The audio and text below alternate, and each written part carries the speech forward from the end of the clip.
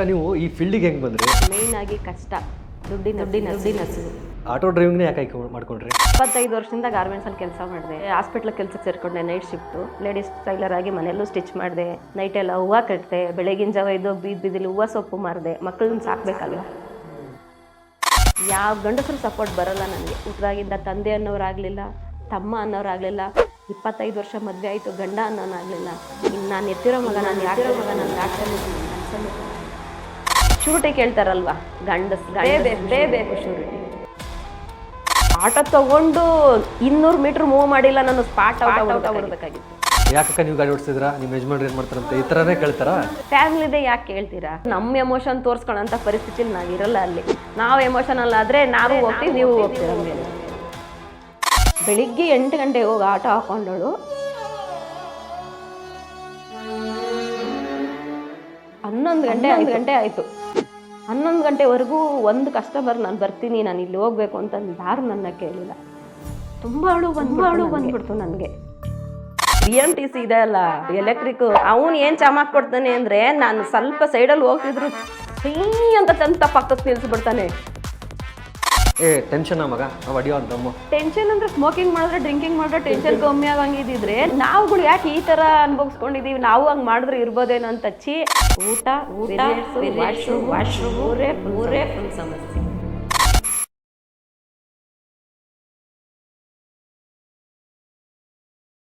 ಈ ಬೆಂಗಳೂರಿನಂಥ ಮಹಾನಗರದಲ್ಲಿ ಮನೆ ಮಂದಿಯೆಲ್ಲ ದುಡಿದ್ರು ಸಂಸಾರ ನಡೆಸೋಕ್ಕೆ, ಮಕ್ಕಳ ಶಿಕ್ಷಣಕ್ಕೆ, ಭವಿಷ್ಯಕ್ಕೆ ಅಂತ ಸಂಪಾದನೆ ಸಾಲೋದಿಲ್ಲ.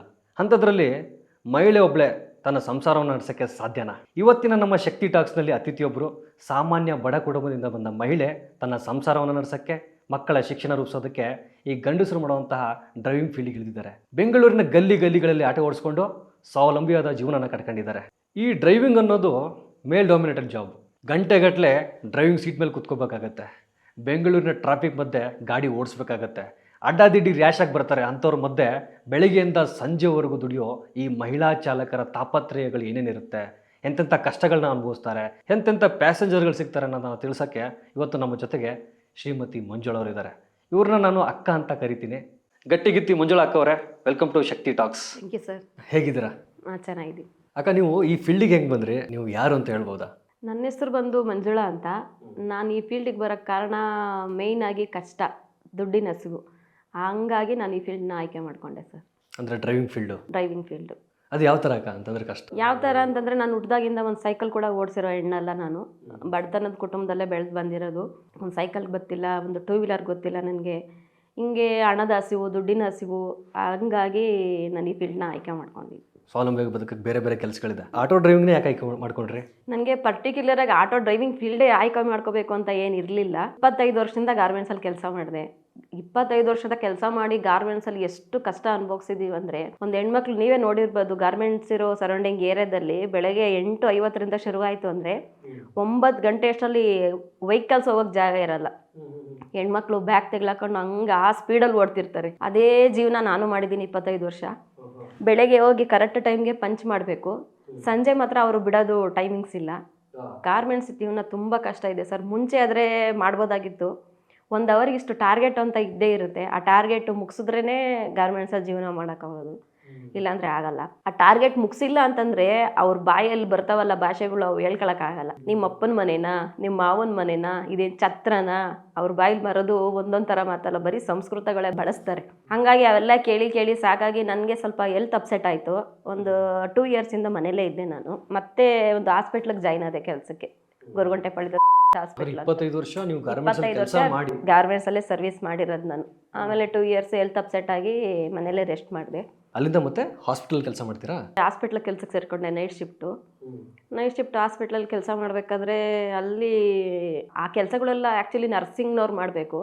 ಅಂಥದ್ರಲ್ಲಿ ಹೌಸ್ ಕೀಪಿಂಗ್ನವ್ರು ಇಲ್ಲೇ ಆ ಥರ ಕೆಲಸ ಎಲ್ಲ ಮಾಡಿಸ್ತಾರೆ. ಹೌಸ್ ಕೀಪಿಂಗ್ ಅಂದರೆ ಏನು, ಗುಡಿಸೋದು, ಒರೆಸೋದು, ಬಾತ್ರೂಮ್ ತೊಳೆಯೋದು, ಈ ಥರ ಹೌಸ್ ಕೀಪಿಂಗ್ ಅಂತ ನಾನು ತಿಳ್ಕೊಂಡು ಹೋದೆ. ಅಲ್ಲಿ ಹೋದರೆ ಏನಾಯಿತು, ಅಲ್ಲೆಲ್ಲ ಆಫೀಷಿಯಲ್ಲೇ ಆ ಥರ ಹಾಸ್ಪಿಟ್ಲಿಗೆಲ್ಲ ದೊಡ್ಡ ಹಾಸ್ಪಿಟ್ಲು, ಅವ್ರ ಮನೆಯವರೇ ಅವ್ರನ್ನ ಮುಟ್ಟಕ್ಕೆ ಅಸಹ್ಯ ಪಟ್ಕೊಳ್ಳೋಂಥ ಇದರಲ್ಲಿ ಹೌಸ್ ಕೀಪಿಂಗ್ ಅವ್ರ ಕೈಲಿ ಅವ್ರದ್ದು ಬಾತಿಂಗ್ ಓಕೆ, ಬಾತಿಂಗ್ ಮಾಡೋಣ, ಬಾತಿಂಗ್ ಅಂದರೆ ಅವ್ರ ಮೈಯೆಲ್ಲ ಕ್ಲೀನ್ ಮಾಡಬೇಕು, ಅದೆಲ್ಲ ಮಾಡೋಣ. ಅಂಥದ್ರಲ್ಲಿ ಅಷ್ಟು ದೊಡ್ಡ ದೊಡ್ಡ ವ್ಯಕ್ತಿಗಳದ್ದು, ಜೆಂಟ್ಸ್ ಆಗಲಿ ಲೇಡೀಸ್ ಆಗಲಿ, ಡೈಪರ್ ಕೂಡ ಚೇಂಜ್ ಮಾಡಬೇಕು. ಅಂದ್ರೆ ನರ್ಸ್ಗಳು ಮಾಡಲ್ಲ ಅದನ್ನ ಕೆಲಸ. ನರ್ಸ್ಗಳು ಮಾಡಲ್ಲ, ಹೌಸ್ ಕೀಪಿಂಗ್ ಅವ್ರ ಕೈಲೇ ಮಾಡಿಸ್ತಾರ ಕೆಲಸನ. ಆ ಕೆಲಸ ಮಾಡಬೇಕಾದ್ರೆ ನನ್ನ ಕಣ್ಣಲ್ಲಿ ನೀರು ಬರಲಿಲ್ಲ, ರಕ್ತ ಬಂದ್ಬಿಡ್ತು. ಮನುಷ್ಯ ದುಡ್ಡಿಗೋಸ್ಕರ ಯಾವ ಥರ ಕೆಲಸ ಆದರೂ ಮಾಡಬೇಕಲ್ಲ ಅಂತ. ಗಾರ್ಮೆಂಟ್ಸಲ್ಲಿ ಕೆಲಸ ಮಾಡಿದೆ ನಾನು, ಗಾರ್ಮೆಂಟ್ಸಲ್ಲಿ ಕೆಲಸ ಮಾಡಿದೆ, ಲೇಡೀಸ್ ಟೈಲರ್ ಆಗಿ ಮನೆಯಲ್ಲೂ ಸ್ಟಿಚ್ ಮಾಡಿದೆ, ನೈಟೆಲ್ಲ ಹೂವು ಕಟ್ಟಿದೆ, ಬೆಳಗಿನ ಜಾವ ಇದ್ದು ಬೀದಿಲಿ ಹೂವು ಸೊಪ್ಪು ಮಾರಿದೆ, ಮಕ್ಕಳನ್ನ ಸಾಕ್ಬೇಕಲ್ವ. ತುಂಬ ಕಷ್ಟ ಬಿದ್ದೆ ಗಾರ್ಮೆಂಟ್ಸಲ್ಲಿ ಕೆಲಸ ಮಾಡಬೇಕಾದ್ರೂ. ಅಂದ್ರೆ ಒಂದು ಕೇಳ್ತೀನಿ, ನಿಮ್ಮ ಯಜಮಾನ್ರು ಅಂದರೆ ನಿಮ್ಮ ಜೊತೆಗಿದ್ದಾರಾ ಅಥವಾ? ಅವ್ರ ಬಗ್ಗೆ ಮಾತಾಡೋದಕ್ಕಿಂತ ಸುಮ್ಮನಿರೋದೇ ವಾಸಿ ಅನ್ಕೋತೀನಿ ಸರ್. ಹೆಸ್ರಿಗೆ ಮಾತ್ರ ಗಂಡ ಅಂತ ಇದ್ಬಿಟ್ರೆ ಸಾಕಾಗಲ್ಲ, ಮಕ್ಕಳನ್ನ ಮಾಡಿಬಿಟ್ರೆ ಅವನ್ನ ಗಂಡಸು ಅನ್ಸಲ್ಲ. ಅವ್ನೇನು ಜವಾಬ್ದಾರಿ ತಗೋಬೇಕೋ ತಗೊಂಡ್ರೆ ಒಳ್ಳೆ ಗಂಡ, ಒಳ್ಳೆ ತಂದೆ ಆಗಿರ್ತಾನೆ ಅಂತ ಹೇಳೋಕೆ ಇಷ್ಟಪಡ್ತೀನಿ. ಇಷ್ಟೇ ಅವ್ನ ಬಗ್ಗೆ. ಕಷ್ಟಕ್ಕೆ ಮೂಲ ಕಾರಣ ಅವರು. ಅವರು ನೀವು ಯಾಕೆ ಕೆಲಸ ಮಾಡಕ್ಕೆ ಬಂದಿದ್ದೀರಾ ಅಂತ. ನನಗೆ ಈ ಹಠ ಬರಬೇಕು ಅಂದ್ರೆ ಅವರೇ ಕಾರಣ.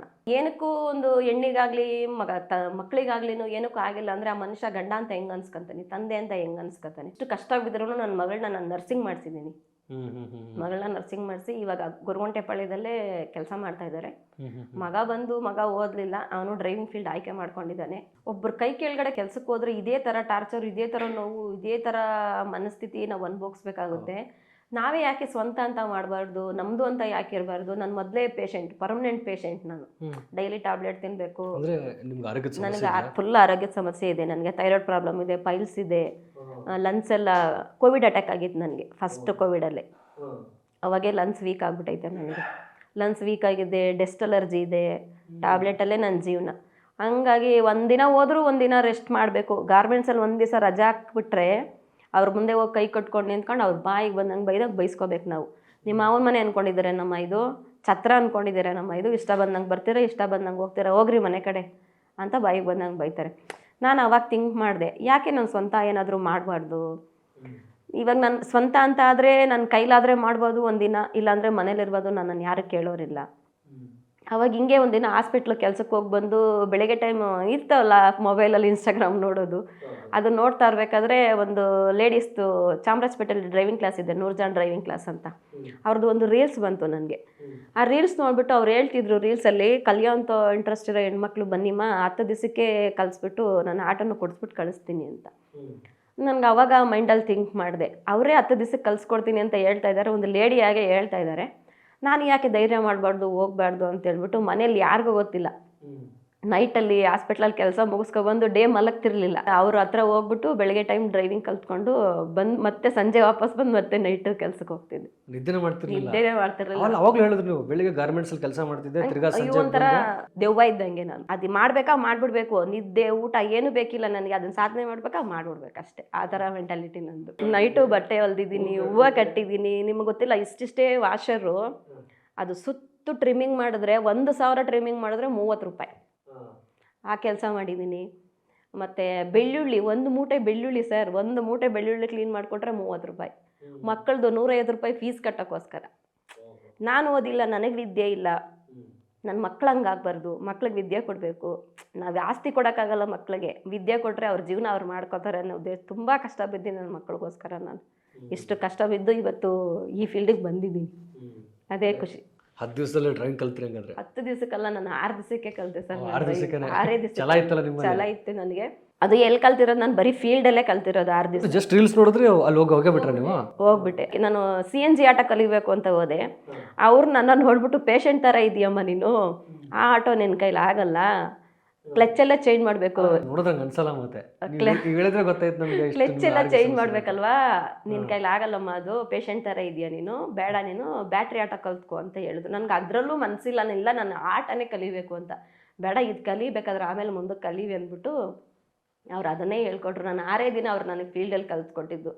ಇಂಡಿಕೇಟರ್ ಹಾಕೋದು ಹೆಂಗೆ ಅಂತ ಹೇಳ್ಕೊಟ್ಟಿಲ್ಲ, ರಿವರ್ಸ್ ಹೋಗೋದು ಹೆಂಗೆ ಅಂತ ಹೇಳ್ಕೊಟ್ಟಿಲ್ಲ, ಇನ್ನು ಎಷ್ಟು ಗ್ಯಾಪಲ್ಲಿ ಹೋಗ್ಬೇಕು ಅಂತ ಹೇಳ್ಕೊಡ್ಲಿಲ್ಲ. ಏನೋ ಫುಲ್ ರೌಂಡ್ ಹಾಕು, ಹಿಂಗೆ 8 ಹಾಕು, ಇಷ್ಟು ಹೇಳ್ಕೊಟ್ಟಿದ್ದಾರೆ ಗುರುಗಳು. ವಿದ್ಯೆ ಅವ್ರು ನಾನು ಸಾಯೋವರೆಗೂ ನೆನೀಬೇಕು, ಅಷ್ಟು ಹೇಳ್ಕೊಟ್ರು. ಮತ್ತೆ ಮನೆಗೆ ಬಂದ್ಮೇಲೆ ನಮ್ಮ ತಂದೆಗೆ ಹುಷಾರಿಲ್ದಂಗೆ ಆಗೋಯ್ತು. ನಮ್ಮ ತಂದೆನ ಬೋರಿಂಗ್ ಹಾಸ್ಪಿಟ್ಲಲ್ಲಿ 1.5 ತಿಂಗಳು ಅಡ್ಮಿಟ್ ಮಾಡಿದೆ. 1.5 ತಿಂಗಳು ಅಡ್ಮಿಟ್ ಮಾಡಿ ಕರ್ಕೊಬಂದೆ. ಮೊದಲೇ ಲಂಗ್ಸ್ ಇನ್ಸ್ಪೆಕ್ಷನ್ ಇತ್ತಲ್ವ ನನಗೆ, ಹಾಸ್ಪಿಟ್ಲ್ ಇನ್ಸ್ಪೆಕ್ಷನ್ ಬೇಗ ಅಟ್ಯಾಕ್ ಆಗ್ಬಿಡುತ್ತೆ ನನಗೆ. 1 ತಿಂಗಳು ಜ್ವರ ಬಿಟ್ಟಿಲ್ಲ ನನಗೆ. ಮತ್ತೆ ಮತ್ತೆ ಅದೆಲ್ಲ ಗೆಟನಾಗಿ ಬಿಡ್ಲಿಲ್ಲ, ಇದನ್ನ ಮೈಂಡಿಂದ ತೆಗ್ದೇ ಇರಲಿಲ್ಲ ನಾನು ಆಟೋದನ್ನ. ಮತ್ತೆ ಬಂದು ಯಾರ ಸಪೋರ್ಟು ತಗೊಳ್ಳಿಲ್ಲ ನಾನು. ಯಾರ ಹತ್ರನೂ ಸಾಲ ಮಾಡಿದೆ 50,000 ಬಡ್ಡಿಗೆ ಸಾಲ ಮಾಡಿ ಡೈರೆಕ್ಟ್ ಶೋರೂಮ್ಗೆ ಹೋದೆ, ಅವ್ರ ಹತ್ರ ಮಾತಾಡಿದೆ ಬೇಕು ಅಂತ. ಅವರು ಒಂದು 2-3 ಬ್ಯಾಂಕ್ನವರು ಶೂರಿಟಿ ಕೇಳ್ತಾರಲ್ವಾ, ಗಂಡಸ್ರದೇ ಬೇಕು ಶೂರಿಟಿ. ಗಂಡಸ್ರದೇ ಏನು ನಮಗೆ ಆಗ್ತಿಲ್ಲ ಅಂತಂದ್ಮೇಲೆ ಯಾವ ಗಂಡಸ್ರು ಶೂರಿಟಿ ತಗೊಂಡು ನಿಮ್ಗೇನು ಸರ್, ಎಷ್ಟು ವಾದ ಮಾಡ್ಬಿಟ್ನೋ ನಾನಂತೂ. ಹಂಗೂ ಬಿಡ್ಲಿಲ್ಲ. ಇಲ್ಲ ಬ್ಲಡ್ ರಿಲೇಷನ್ನೇ ಬೇಕು ಅಂತಾರೆ, ಇಲ್ಲ ಗಂಡನೇ ಬೇಕು ಅಂತಾರೆ, ಇಲ್ಲ ಮಗನೇ ಬೇಕು ಅಂತಾರೆ. ಯಾರು ಇಲ್ದಿದ್ದವ್ರಿಗೆ ಯಾರು ಆಗ್ತಾರೆ? ಹಂಗಾಗಿ ಯಾರ್ದೋ ಕೈ ಕಾಲು ಹಿಡ್ದು ರಿಲೇಟಿವ್ ಅಲ್ಲೇ ನನ್ನ ತಮ್ಮ ಅನ್ನೋರ್ನ ಅವ್ರದ್ದು ಹಾಕ್ಸ್ಬಿಟ್ಟು ತಗೊಂಡೆ ಆಟೋ ತಗೊಂಡು ಮನೆ ಹತ್ರ ಬರೋಕ್ಕೆ ಆಟೋ ತಗೊಂಡು 200 ಮೀಟ್ರ್ ಮೂವ್ ಮಾಡಿಲ್ಲ, ನಾನು ಸ್ಪಾಟ್ ಔಟ್ ಆಗ್ಬಿಡ್ಬೇಕಾಗಿತ್ತು. Spot out. ಹೊಸ ಗಾಡಿ ಸರ್, ಬಜಾಜ್ ಆಟೋ, ಅದು ಹೆವಿ ಫಾಸ್ಟ್ ಐತೆ ಗಾಡಿ. ನಾನು ಕಲ್ತಿರೋದು ಫೀಲ್ಡಲ್ಲಿ, ರೋಡಲ್ಲಿ ಹೆಂಗೆ ಓಡಿಸೋದು. ಹಂಗೂ ನನ್ನ ಮ್ಯಾನೇಜರ್ ಹತ್ರ ಕೇಳ್ಬಿಟ್ಟು, ಸರ್ ನನಗೆ ಅಷ್ಟು ಬರಲ್ಲ, ಮನೆ ಹತ್ರ ಡ್ರಾಪ್ ಮಾಡಿ ಮರಕ್ಕೆ ಒಂದು ಡ್ರೈವರ್ನ ಕಳಿಸಿ ಅಂತ ಕೇಳಿದ್ದಕ್ಕೆ ಅವ್ರು ಕಳಿಸ್ಕೊಟ್ರು ಮ್ಯಾನೇಜರ್. ಆ ಹುಡುಗನ್ಗೆ ಏನು ಟೆನ್ಷನ್ ಇತ್ತಪ್ಪ, ಪಕ್ಕದಲ್ಲೇ ಕೂತಿದ್ದ ಅವನು. ನಾನು ಮೂವ್ ಮಾಡ್ತಾ ಇದ್ದೀನಿ. ಆ ಬಜಾಜ್ ಗಾಡಿ ಏನಂದ್ರೆ ಸರ್, ಇಲ್ಲಿ ಎಕ್ಸ್ಲೇಟರ್ ಕೊಟ್ಟಿರೋದು ಬಿಟ್ಟು ಅಂದರೆ 1 ಕಿಲೋಮೀಟರ್ ಬೇಕು ಸ್ಟಾಪ್ ಆಗೋಕ್ಕೆ ಗಾಡಿ, ಅಷ್ಟು ಫಾಸ್ಟ್ ಐತೆ. ಹೊರಗೊಂಟೆಗೆ ಗೊತ್ತು ಅನ್ಸುತ್ತೆ ಬಜಾಜ್ ಶೋರೂಮು. ESI ರೋಡಲ್ಲಿ ಸ್ವಲ್ಪ ಡೌನು, 4 ರೋಡು ಕನೆಕ್ಟ್ ಆಗುತ್ತೆ. ಮೇಲೆ ಡೌನಿಂದ ಇಳಿತಾ ಇದ್ದೀನಿ, ಬ್ರೇಕ್ ಪ್ರೆಸ್ ಮಾಡ್ತಾ ಇದ್ದೀನಿ, ಬ್ರೇಕ್ ಹಿಡಿತಾ ಇಲ್ಲ, ಎಕ್ಸ್ಲೇಟರ್ ಬಿಟ್ಬಿಟ್ಟಿದ್ದೀನಿ, ನಿಲ್ತಾ ಇಲ್ಲ. ಹೋಗಿದೆ ಅಕ್ಕಪಕ್ಕ ಯಾವ ಗಾಡಿ ಬತ್ತಲ್ಲ, 4 ರೋಡ್ ಕನೆಕ್ಟ್ ಆಗುತ್ತೆ. ಎಳಗಡೆಗೆ ಹೋಗಿ ದಬ್ಬಾಕಬೇಕಾಗಿತ್ತು ಗಾಡಿ. ದಬ್ಬಾಕಳೋ ಅಂತ ಸ್ಥಿತಿಲಿ ಅಣ್ಣ ನೋಡು ನಿಲ್ತಾ ಇಲ್ಲ ಗಾಡಿ ಅಂದೆ. ಅದೇನು ಯೋಚನೆ ಮಾಡ್ತಿದ್ ನಾವು ಹುಡುಗ, ಬೀಳ್ದಾರ ಆಟನ ಎದ್ದಿ ನಿಲ್ಲಿಸ್ತಾ. ಹೊಸ ಗಾಡಿ ರಿಜಿಸ್ಟ್ರೇಷನ್ ಇಲ್ಲ, ಶೋರೂಮ್ ಇಂದ ತಗೊಂಡು 200 ಮೀಟರ್ ಬಂದಿದ್ದೀನಿ ಅಷ್ಟೇ ಮುಂದಕ್ಕೆ. ಆ ತರ ಆಗೋಯ್ತು. ದೇವ್ರು ನನ್ನ ಕಡೆ ಇದ್ದ, ನನ್ನ ಕಡೆ ಅವನ ಕಡೆ ಇದ್ದ ಅನ್ಸುತ್ತೆ ಅವತ್ತು. Spot out. ಯಾವ್ದನ್ನ ಗಾಡಿ ಅಲ್ಲಿ ಜಾಸ್ತಿ ಲಾರಿಗಳು ಓಡಾಡ್ತವೆ, ಸ್ಪಾಟ್ ಅಲ್ಲಿ ಚಟ್ನಿ ಆಗ್ಬಿಡ್ಬೇಕಾಯ್ತು ಇಬ್ರು. ಅವತ್ತು ಹೊಸ ಆಟೋನು ಹೋಗಿರೋದು, ನಾನು ಅವನು ಇಬ್ರು ಹೋಗ್ಬಿಟ್ಟಿದ್ದೀವಿ. 1 ಸೆಕೆಂಡ್ ಹಿಡಿದು ನಿಲ್ಲಿಸ್ತಿದ್ದಂಗೆನೆ ಜೀವ ಕೈಗೆ ಬಂದ್ಬಿಡ್ತು. ಅಕ್ಕ ಸುಧಾರ್ಸ್ಕ, ಸ್ವಲ್ಪ ಸುಧಾರಿಸ್ಕೊಳ್ಳಿ ಅಂತ ಅವನೇ. ನಾನು ಒಂದೇ ಮತ್ತೆ ಹೇಳಿದೆ, ನೋಡಪ್ಪ ಈ ಫೀಲ್ಡಿಗೆ ಬಂದ್ಬಿಟ್ಟಿದ್ದೀನಿ ನಾನು, ಸತ್ರು ಇದ್ರಲ್ಲೇ ಸಾಯ್ಬೇಕು, ಬದುಕಿದ್ರು ಇದರಲ್ಲೇ ಬದುಕಬೇಕು. ಈ ಸೆಕೆಂಡ್ ಈ ಜಾಗದಲ್ಲಿ ನಾನು ಸೆಕೆಂಡ್ ನಿಲ್ಲಲ್ಲ, ತೆಗಿ ಗಾಡಿ ಇಲ್ಲಿಂದ ಅಂದೆ.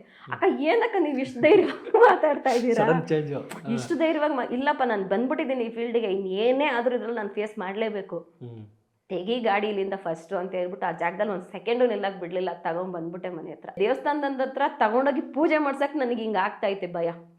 ಓಡಿಸ್ಕೊಂಡು ದೇವಸ್ಥಾನ ಹತ್ರ ಹೋಗ್ಬೇಕಲ್ಲ, ಗಾಡಿ ತಗೊಂಡು ಓಡಿಸ್ಕೊಂಡು ಹೋಗ್ಬೇಕಲ್ವಾ. ಅವತ್ತು ಯಾರು ಸಪೋರ್ಟ್ ಕೇಳಿದ್ನೋ ನಾನು ಅವನ್ನ ಹೆಸರು ತಗೊಳಕ್ ಇಷ್ಟಪಡಲ್ಲ, ಯಾಕಂದ್ರೆ ಎಲ್ಲ ಜನ ನೋಡ್ತಾರೆ. ಮಗ ಕರೆದಿದ್ದಕ್ಕೆ ನಾನು ಬರಲ್ಲಮ್ಮ, ನಾನು ಹೆಣ ಹಾಕೊಂಡು ಹೋಗುವ ಗಾಡಿಲಿ ಅಂತ ಕೇಳ್ದೆ. ಕಾರ್ ತಂದು ಕೊಡ್ಬೇಕಾಗಿತ್ತಂತೆ ಅವನಿಗೆ. ಆಟೋ ಏನಕ್ಕೆ ತಗೊಂಡೆ ನೀನು, ಯಾರಿಗೆ ತಗೊಂಡೆ? ಅವನಿಗೆ ಗೊತ್ತಿಲ್ಲ ನಾನು ಕಲ್ತಿರೋದು, ನಾನು ಓಡ್ಸಕ್ ತಂದಿರೋದು ಅಂತ ಗೊತ್ತಿಲ್ಲ. ಯಾಕೆ ತಗೊಂಡೆ ಅಂತ. ಮಗ ಬದನ್ ಬರಲಿಲ್ಲ ಅವನು. ನಾನೇ ತಗೊಂಡೋದೆ ದೇವಸ್ಥಾನ ಹತ್ರ ಹೋಗಿ ಪೂಜೆ ಮಾಡಿಸ್ಕೊಂಬಂದು ಮಾರನೇ ದಿವಸ ಮೈಂಡಿಗೆ ಹಾಕ್ಕೊಂಡೆ, ಯಾವ ಗಂಡಸರು ಸಪೋರ್ಟ್ ಬರಲ್ಲ ನನಗೆ. ಹುಟ್ಟಿದಾಗಿಂದ ತಂದೆ ಅನ್ನೋರಾಗಲಿಲ್ಲ, ತಮ್ಮ ಅನ್ನೋರಾಗಲಿಲ್ಲ, 25 ವರ್ಷ ಮದುವೆ ಆಯಿತು, ಗಂಡ ಅನ್ನೋನಾಗಲಿಲ್ಲ. ಇನ್ನು ನಾನು ಎತ್ತಿರೋ ಮಗ ನನಗೆ ಆಗ್ತಾನೆ ಅಂತ ನಾನು ಕನಸಲ್ಲೂ ಕಾಣಲ್ಲ.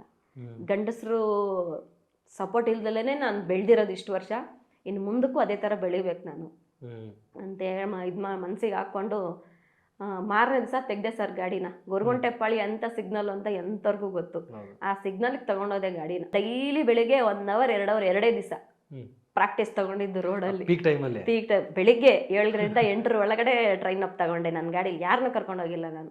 ಟ್ರೈನ್ ಅಪ್ ತಗೊಂಡು ಹೆಂಗ್ ಮೂಡ್ಬೇಕು, ಜಸ್ಟ್ ಖಾಲಿ ಗಾಡಿ ಬೆಳಿಗ್ಗೆ ಟೈಮ್ ಮಾತ್ರ ತಗೊಂಡು ಹೋದೆ. 2 ದಿವಸ ಮೂವ್ ಮಾಡಿದೆ. ಎಷ್ಟು ಡಿಸ್ಟೆನ್ಸಲ್ಲಿ ಮೂವ್ ಮಾಡಬೇಕು, ಹೆಂಗ್ ನೋಡ್ಕೋಬೇಕು, ಎಷ್ಟಕ್ಕೆ ಸ್ಟಾಪ್ ಮಾಡಬೇಕು. 2 ದಿವಸ ನಾನೇ ಟ್ರೈನ್ ಅಪ್ ಆಗೋದೆ ಗಾಡಿಲಿ. ಶೋರೂಮನ್ನು ಹೇಳಿದ್ದ, ರಿವರ್ಸ್ ಇದು, ಮುಂದೆ ಹೋದ್ರೆ ಇದು, ಈ ಥರ ಬಟನ್ ಇದೆ ಅಂತ ಹೇಳಿದ್ದ. ಅದನ್ನ ಮೈಂಡಲ್ಲಿ ಇಟ್ಕೊಂಡು ಅಷ್ಟೇ ಮೂವ್ ಮಾಡಿದೆ. 3ನೇ ದಿವಸಕ್ಕೆ ಪ್ಯಾಸೆಂಜರ್ ಆಗ್ತೆ. ನನ್ನ ಆಟೋಗೆ 10 ಕಸ್ಟಮರ್ ಎಲ್ಲ ಹೇಳ್ತಾರೆ ನಾವು ಇವತ್ತೇ ಫಸ್ಟ್ ಹತ್ತುತ್ತಾ ಇರೋದು. 4 ತಿಂಗಳಿಂದ ಇದು ಎಕ್ಸ್ಪೀರಿಯನ್ಸ್ ಆಗ್ತೈತೆ.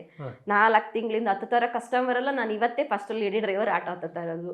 ತುಂಬಾ ಖುಷಿ ಆಗ್ತೈತೆ. ಅವ್ರ ಖುಷಿಗೆ ಅವ್ರಿಗೆ ಆಗಿರೋ ಅಮೌಂಟ್ಗಿಂತ ಒಂದು 10 ರೂಪಾಯಿ 20 ರೂಪಾಯಿ ಎಕ್ಸ್ಟ್ರಾನೇ ಕೊಟ್ಟು ಹೋಗ್ತಾರೆ. ನನ್ಗೆ ಅದೇ ಖುಷಿ ಆಗ್ತಾರೆ. ಅದೇ ಯಾಕಂದ್ರೆ ಬೆಂಗಳೂರು ಎಲ್ಲಾ ತರ ಜನ ಸಿಗ್ತಾರೆ ನಮ್ಗೆ, ಮಾಡರ್ನ್ ಆಗಿರ್ಬೋದು, ಟ್ರೆಡಿಷನಲ್ ಆಗಿರ್ಬೋದು. ಈಗ ಒಂದು ಹೆಣ್ಮಗಳು ಗಾಡಿ ಓಡಿಸ್ತಿದ್ರು ಅಂದಾಗ ಹತ್ಕೊಂಡಾಗ ಯಾವ ತರ ಕೇಳ್ತಾರೆ ಅಂತ. ಯಾವ ತರ ಕೇಳ್ತಾರೆ ಅಂತಂದ್ರೆ, ನನ್ಗೆ ಇದುವರೆಗೂ ಯಾವ್ದೋ ಆ ತರ ಎಕ್ಸ್ಪೀರಿಯನ್ಸ್ ಆಗಿಲ್ಲ. ಎಲ್ಲ ಒಳ್ಳೆ ರೀತಿನೇ. ಅಂದ್ರೆ ಅದ ಈಗ ಸಡನ್ ಆಗಿ ಹೆಣ್ಮಗಳು ಗಾಡಿ ಓಡಿಸ್ತಿದಲ್ಲ ಅಂದಾಗ, ಅಕ್ಕ ಏನಕ್ಕ ನೀವು ಓಡಿಸ್ತೀರಾ ಗಾಡಿ, ಖುಷಿ ಪಡ್ತಾರೆ. ಬೈಕಲ್ಲಿ ಹೋಗ್ತಾರೆ ಹುಡುಗರು, ಅಕ್ಕ ಸೂಪರ್ ಅಂತ ಟಮ್ ತೋರಿಸ್ತಾರೆ. ಕಾರಲ್ಲಿ ರೋಡ್ ಟಮ್ ತೋರಿಸ್ತಾರೆ. ಒಂದ್ ಇನ್ಸಿಡೆಂಟ್ ಕೇಳ್ತೀನಿ. ಆಟೋ ಓಡ್ಸೋಕೆ ಶುರು ಮಾಡಿ ಒಂದು ತಿಂಗಳಾಗಿದೆ. ಶಿವಾಜಿನಗರದಲ್ಲಿ ಎಲ್ಲ ಓಡಿಸ್ತಾ ಇದ್ದೀನಿ. ಯಾರೋ ಒಂದು ಮನುಷ್ಯ ಕಾರ್ ಒಳಗಡೆಯಿಂದ ಫೋಟೋ ತೆಕ್ಕೊಂಬಿಟ್ಟವ್ರು ನಂದು.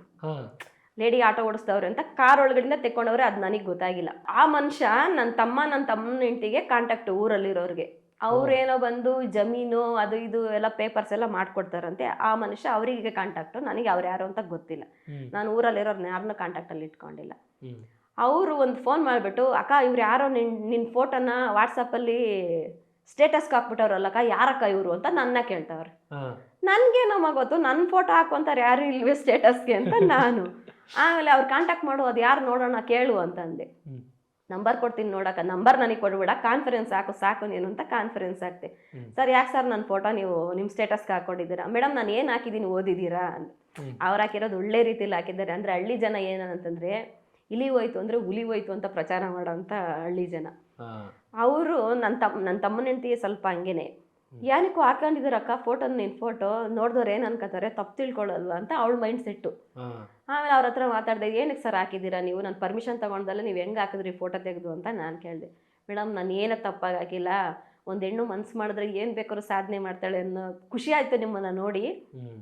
ಅದಕ್ಕೆ ನೀವು ಅವತ್ತು ಶಿವಾಜಿನಗರ ಯಾವುದೋ ಸಿಗ್ನಲಲ್ಲಿ ಇದ್ರಿ ನೀವು, ಅದಕ್ಕೆ ಫೋಟೋ ತೆಗೆದು ನಾನು ಸ್ಟೇಟಸ್ಗೆ ಹಾಕಿದ್ದೀನಿ. ಹೆಣ್ಮಕ್ಳು ಏನೇ ಬಂದರೂ ಫೇಸ್ ಮಾಡ್ತಾರೆ, ಯಾವುದೇ ಥರದ್ರಲ್ಲೂ ಬೆಳೆಯೋಕ್ಕೆ ಧೈರ್ಯವಾಗಿ ನಿಲ್ತಾರೆ ಅಂತ ಹೇಳಿದ್ರು. ನೀವು ಹಾಕಿರೋದು ಒಳ್ಳೇದಕ್ಕೆ ಸರ್, ನಾನು ಒಪ್ಕೋತೀನಿ. ಆದರೆ ಹಳ್ಳಿ ಕಡೆ ಜನ ಹಂಗಲ್ಲ. ಈಗ ನನ್ನ ತಮ್ಮನ ಹೆಂಡ್ತಿನೇ ಫೋನ್ ಮಾಡ್ಬಿಟ್ಟು ನಾನು ಹೆಂಗೆ ಕೇಳ್ತಾವಳಿ ನೋಡಿ, ಡಿಲೀಟ್ ಮಾಡಿ ಸರ್, ಬಿಡಿ ಮಾಡಿ ಡಿಲೀಟ್ ಮಾಡ್ತೀನಿ. ಅವ್ರ ಮೈಂಡ್ ಸೆಟ್ ಆ ಥರ. ನನಗೆ ಖುಷಿ. ಆಲ್ರೆಡಿ ನಾನು ಯೂಟ್ಯೂಬಲ್ಲೆಲ್ಲ ಒಬ್ಬ ಯೂಟ್ಯೂಬರ್ ಕೇಳಿದ್ರು, ಅವ್ರದ್ದು ಅಲ್ಲೇ ವಿಡಿಯೋ ಬಿಟ್ಬಿಟ್ಟಿದೆ, ಅದೆಲ್ಲ ಗೊತ್ತಿಲ್ಲ ಅವರಿಗೆ. ಹಂಗಾಗಿ ಹಳ್ಳಿ ಜನ ಆ ಥರ ತಿಳ್ಕೊತಾರೆ. ಇವಾಗ ಅಷ್ಟೇ, ಯಾರು ಏನು ಅಂದ್ರೂ ತಲೆ ಕೇಳಿಸ್ಕೊಳಲ್ಲ. ನಾನೇನು ಅಂತ ನನಗೆ ಗೊತ್ತಿದ್ರೆ ಸಾಕು. 1000 ಜನ ಮೆಚ್ಚಿಸಿ ಜೀವನ ಮಾಡೋಂಥ ಪರಿಸ್ಥಿತಿ ನನಗಿಲ್ಲ, ಮನಸ್ಥಿತಿನೂ ಇಲ್ಲ. ಎಲ್ಲದಕ್ಕೂ ಮೆಟ್ಟಿ ಮೀರಿ ನಿಂತ ಮೇಲೆ ಈ ಫೀಲ್ಡಿಗೆ ಬಂದಿರೋದು ನಾನು. ಪ್ಯಾಸೆಂಜರ್ ತುಂಬಾ ಖುಷಿ ಪಡ್ತಾರೆ, ಮಾತಾಡ್ತಾರೆ. ನಾನೊಂದು ಕುತ್ಕೊಳ್ಳೋ ಕಸ್ಟಮರ್ಗೆ ಏನು ಹೇಳ್ತೀನಿ ಅಂತಂದ್ರೆ, ಅವ್ರೇನೋ ಕೆಲಸ ಮಾಡ್ತಾವ್ರೆ ಅಪ್ರಿಷಿಯೇಟ್ ಮಾಡಿ, ಫ್ಯಾಮಿಲಿ ವಿಷಯ ಮಾತ್ರ ಕೇಳಕ್ ಹೋಗ್ಬೇಡಿ ಅಂತ ಹೇಳ್ತೀನಿ. ಮಕ್ಕಳ ಬಗ್ಗೆ ಕೇಳ್ಬೋದು, ಮಕ್ಕಳದೇನೋ ಕಷ್ಟ ಸುಖ ಅಂತ ಹೇಳ್ಕೊಂಬಿಡ್ಬೋದು. ಅವ್ರ ಹಸ್ಬೆಂಡ್ ಅಂತ ಮನುಷ್ಯ ಇರ್ತಾನಲ್ಲ, ಅವನ್ ಸುದ್ದಿ ಮಾತ್ರ ಕೇಳ್ಬಿಡಿ ಅಂತ ಹೇಳಕ್ ಇಷ್ಟಪಡ್ತೀನಿ. ಅಂದ್ರೆ ಯಾಕಕ್ಕ ನೀವು ಗಾಡಿ ಓಡಿಸ್ತಿದ್ರಾ, ನಿಮ್ಮ ಯಜಮಾನ್ರು ಏನ್ ಮಾಡ್ತಾರೆ, ಯಜಮಾನ್ರು ಏನ್ ಮಾಡ್ತಿದ್ದಾರೆ, ಅವರು ಇದೇ ಓಡಿಸ್ತಾರ, ಅವರು ಇದೇ ಮಾಡ್ತಾರ, ಅವರು ಇದೇ ಓಡ್ಸಂಗಿದ್ರೆ ನಾನು ಯಾಕೆ ಬರ್ತಿದ್ದೆ ಫೀಲ್ಡ್ಗೆ, ಆರಾಮಾಗಿ ಮನೇಲಿ ಇರ್ತಿದ್ದೆ. ಅವ್ರು ತಂದಾಕ್ತಿದ್ರು, ನನ್ನ ಮಕ್ಳಿಗೆ ಬೇಸ ಹಾಕೊಂಡು ಅವ್ರು ಕೆಲಸ ಮಾಡ್ಕೊಂಡು ಮನೇಲಿ ಇರ್ತಿದ್ದೆ. ಅವ್ರು ಕರೆಕ್ಟ್ ಆಗಿದ್ರೆ ನಾನು ಯಾಕೆ ಬರ್ತಿದ್ದೆ ಈ ಫೀಲ್ಡ್ಗೆ? ನಾನು ಅದೇ ಹೇಳೋದು, ನಾನು ಒಂದೇ ಉತ್ತರ ಕೊಡೋದು, ಅವ್ರಿಲ್ಲ ಸತ್ತೋಗಿದ್ದಾರೆ, ಇದೇ ಉತ್ತರ. ಇಲ್ಲಮ್ಮ ನಾನೊಬ್ಳೆ ಸಿಂಗಲ್ ಪೇರೆಂಟ್ಸು, ನನ್ನ ಮಕ್ಕಳನ್ನ ಸಾಕಬೇಕು, ಅದಕ್ಕೆ ನಾನು ಧೈರ್ಯವಾಗಿ ಈ ಫೀಲ್ಡಿಗೆ ಬಂದಿದ್ದೆ, ಒಂದೇ ಉತ್ತರ. ನಾನು ಅದೊಂದು ರಿಕ್ವೆಸ್ಟ್ ಮಾಡ್ತೀನಿ, ಕುತ್ಕೊಂಡಿರೋ ಕಸ್ಟಮರ್ ನಗ್ನಗ್ತಾ ಮಾತಾಡಿ, ಬೇರೆ ಏನಾದರೂ ಮಾತಾಡಿ, ಫ್ಯಾಮಿಲಿದೆ ಯಾಕೆ ಕೇಳ್ತೀರಾ? ಕೇಳಿದ್ರೆ ಇನ್ನೂ ನೋವಾಗುತ್ತೆ ಅವ್ರ ಮನಸ್ಥಿತಿ. ನೋವಾಗ್ಬಿಟ್ಟು ನಮ್ಮ ಎಮೋಷನ್ ತೋರ್ಸ್ಕೊಳ್ಳೋಂಥ ಪರಿಸ್ಥಿತಿಲಿ ನಾವಿರಲ್ಲ. ಅಲ್ಲಿ ನಾವು ಎಮೋಷನಲ್ ಆದ್ರೆ ನಾವು ಹೋಗ್ತೀವಿ, ನೀವು ಹೋಗ್ತೀರಾ, ಗಾಡಿ ನೋಡ್ಕೊಂಡು ಓಡಿಸ್ಬೇಕಾಗಿರುತ್ತೆ. ಎಮೋಷನಲ್ ಆಗಿ ಕಣ್ಣಲ್ಲಿ ನೀರು ತುಂಬಿತು ಅಂದ್ರೆ ನಾವು ನೀವು ಇಬ್ರು ಆರಾರ ಗೋವಿಂದ ಅಂತ ಹೋಗ್ತೀವಿ ಅಲ್ಲಿಗೆ. ಅದನ್ನೇ ಹೇಳೋದು ಕಸ್ಟಮರ್ಗೆ. ಇನ್ನೊಂದು, ಈಗ ನೀವು ಗಾಡಿ ಓಡಿಸ್ತಿರ್ತೀರ ಬೆಂಗಳೂರು ಟ್ರಾಫಿಕ್ ಅಲ್ಲಿ, ಒಂದು ಜನ ಸಿಕ್ಕಾಪಟ್ಟೆ ರ್ಯಾಶ್ ಆಗಿ ಬಂದ್ಬಿಡ್ತಾರೆ, ಗೊತ್ತಲ್ಲ?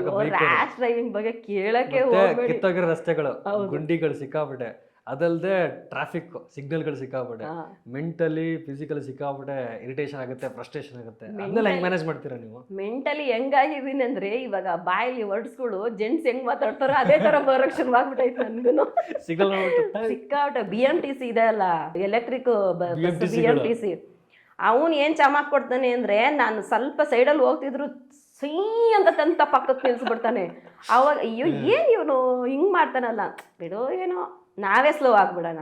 ಅವ್ರು ಏನಾದ್ರು ಜಗಳ ಮಾಡಕ್ಕೆ ಹೋದ್ರು ನಾನೇ ಮಾತಾಡ್ಬಿಡ್ತೀನಿ, ಏನಕ್ಕೆ ಜಗಳ ಮಾಡ್ಕೋತೀರಾ, ಸುಮ್ಮನೆ ಸಮಾಧಾನ 1 ನಿಮಿಷ ಇದ್ಬಿಟ್ರೆ ನಾವೇ ಸೋತ್ಬಿಡೋಣ, ಅವರೇ ಹೋಗ್ಬಿಡ್ಲಿ, ಈ ಥರ ಸಮಾಧಾನ ಮಾಡ್ತೀನಿ.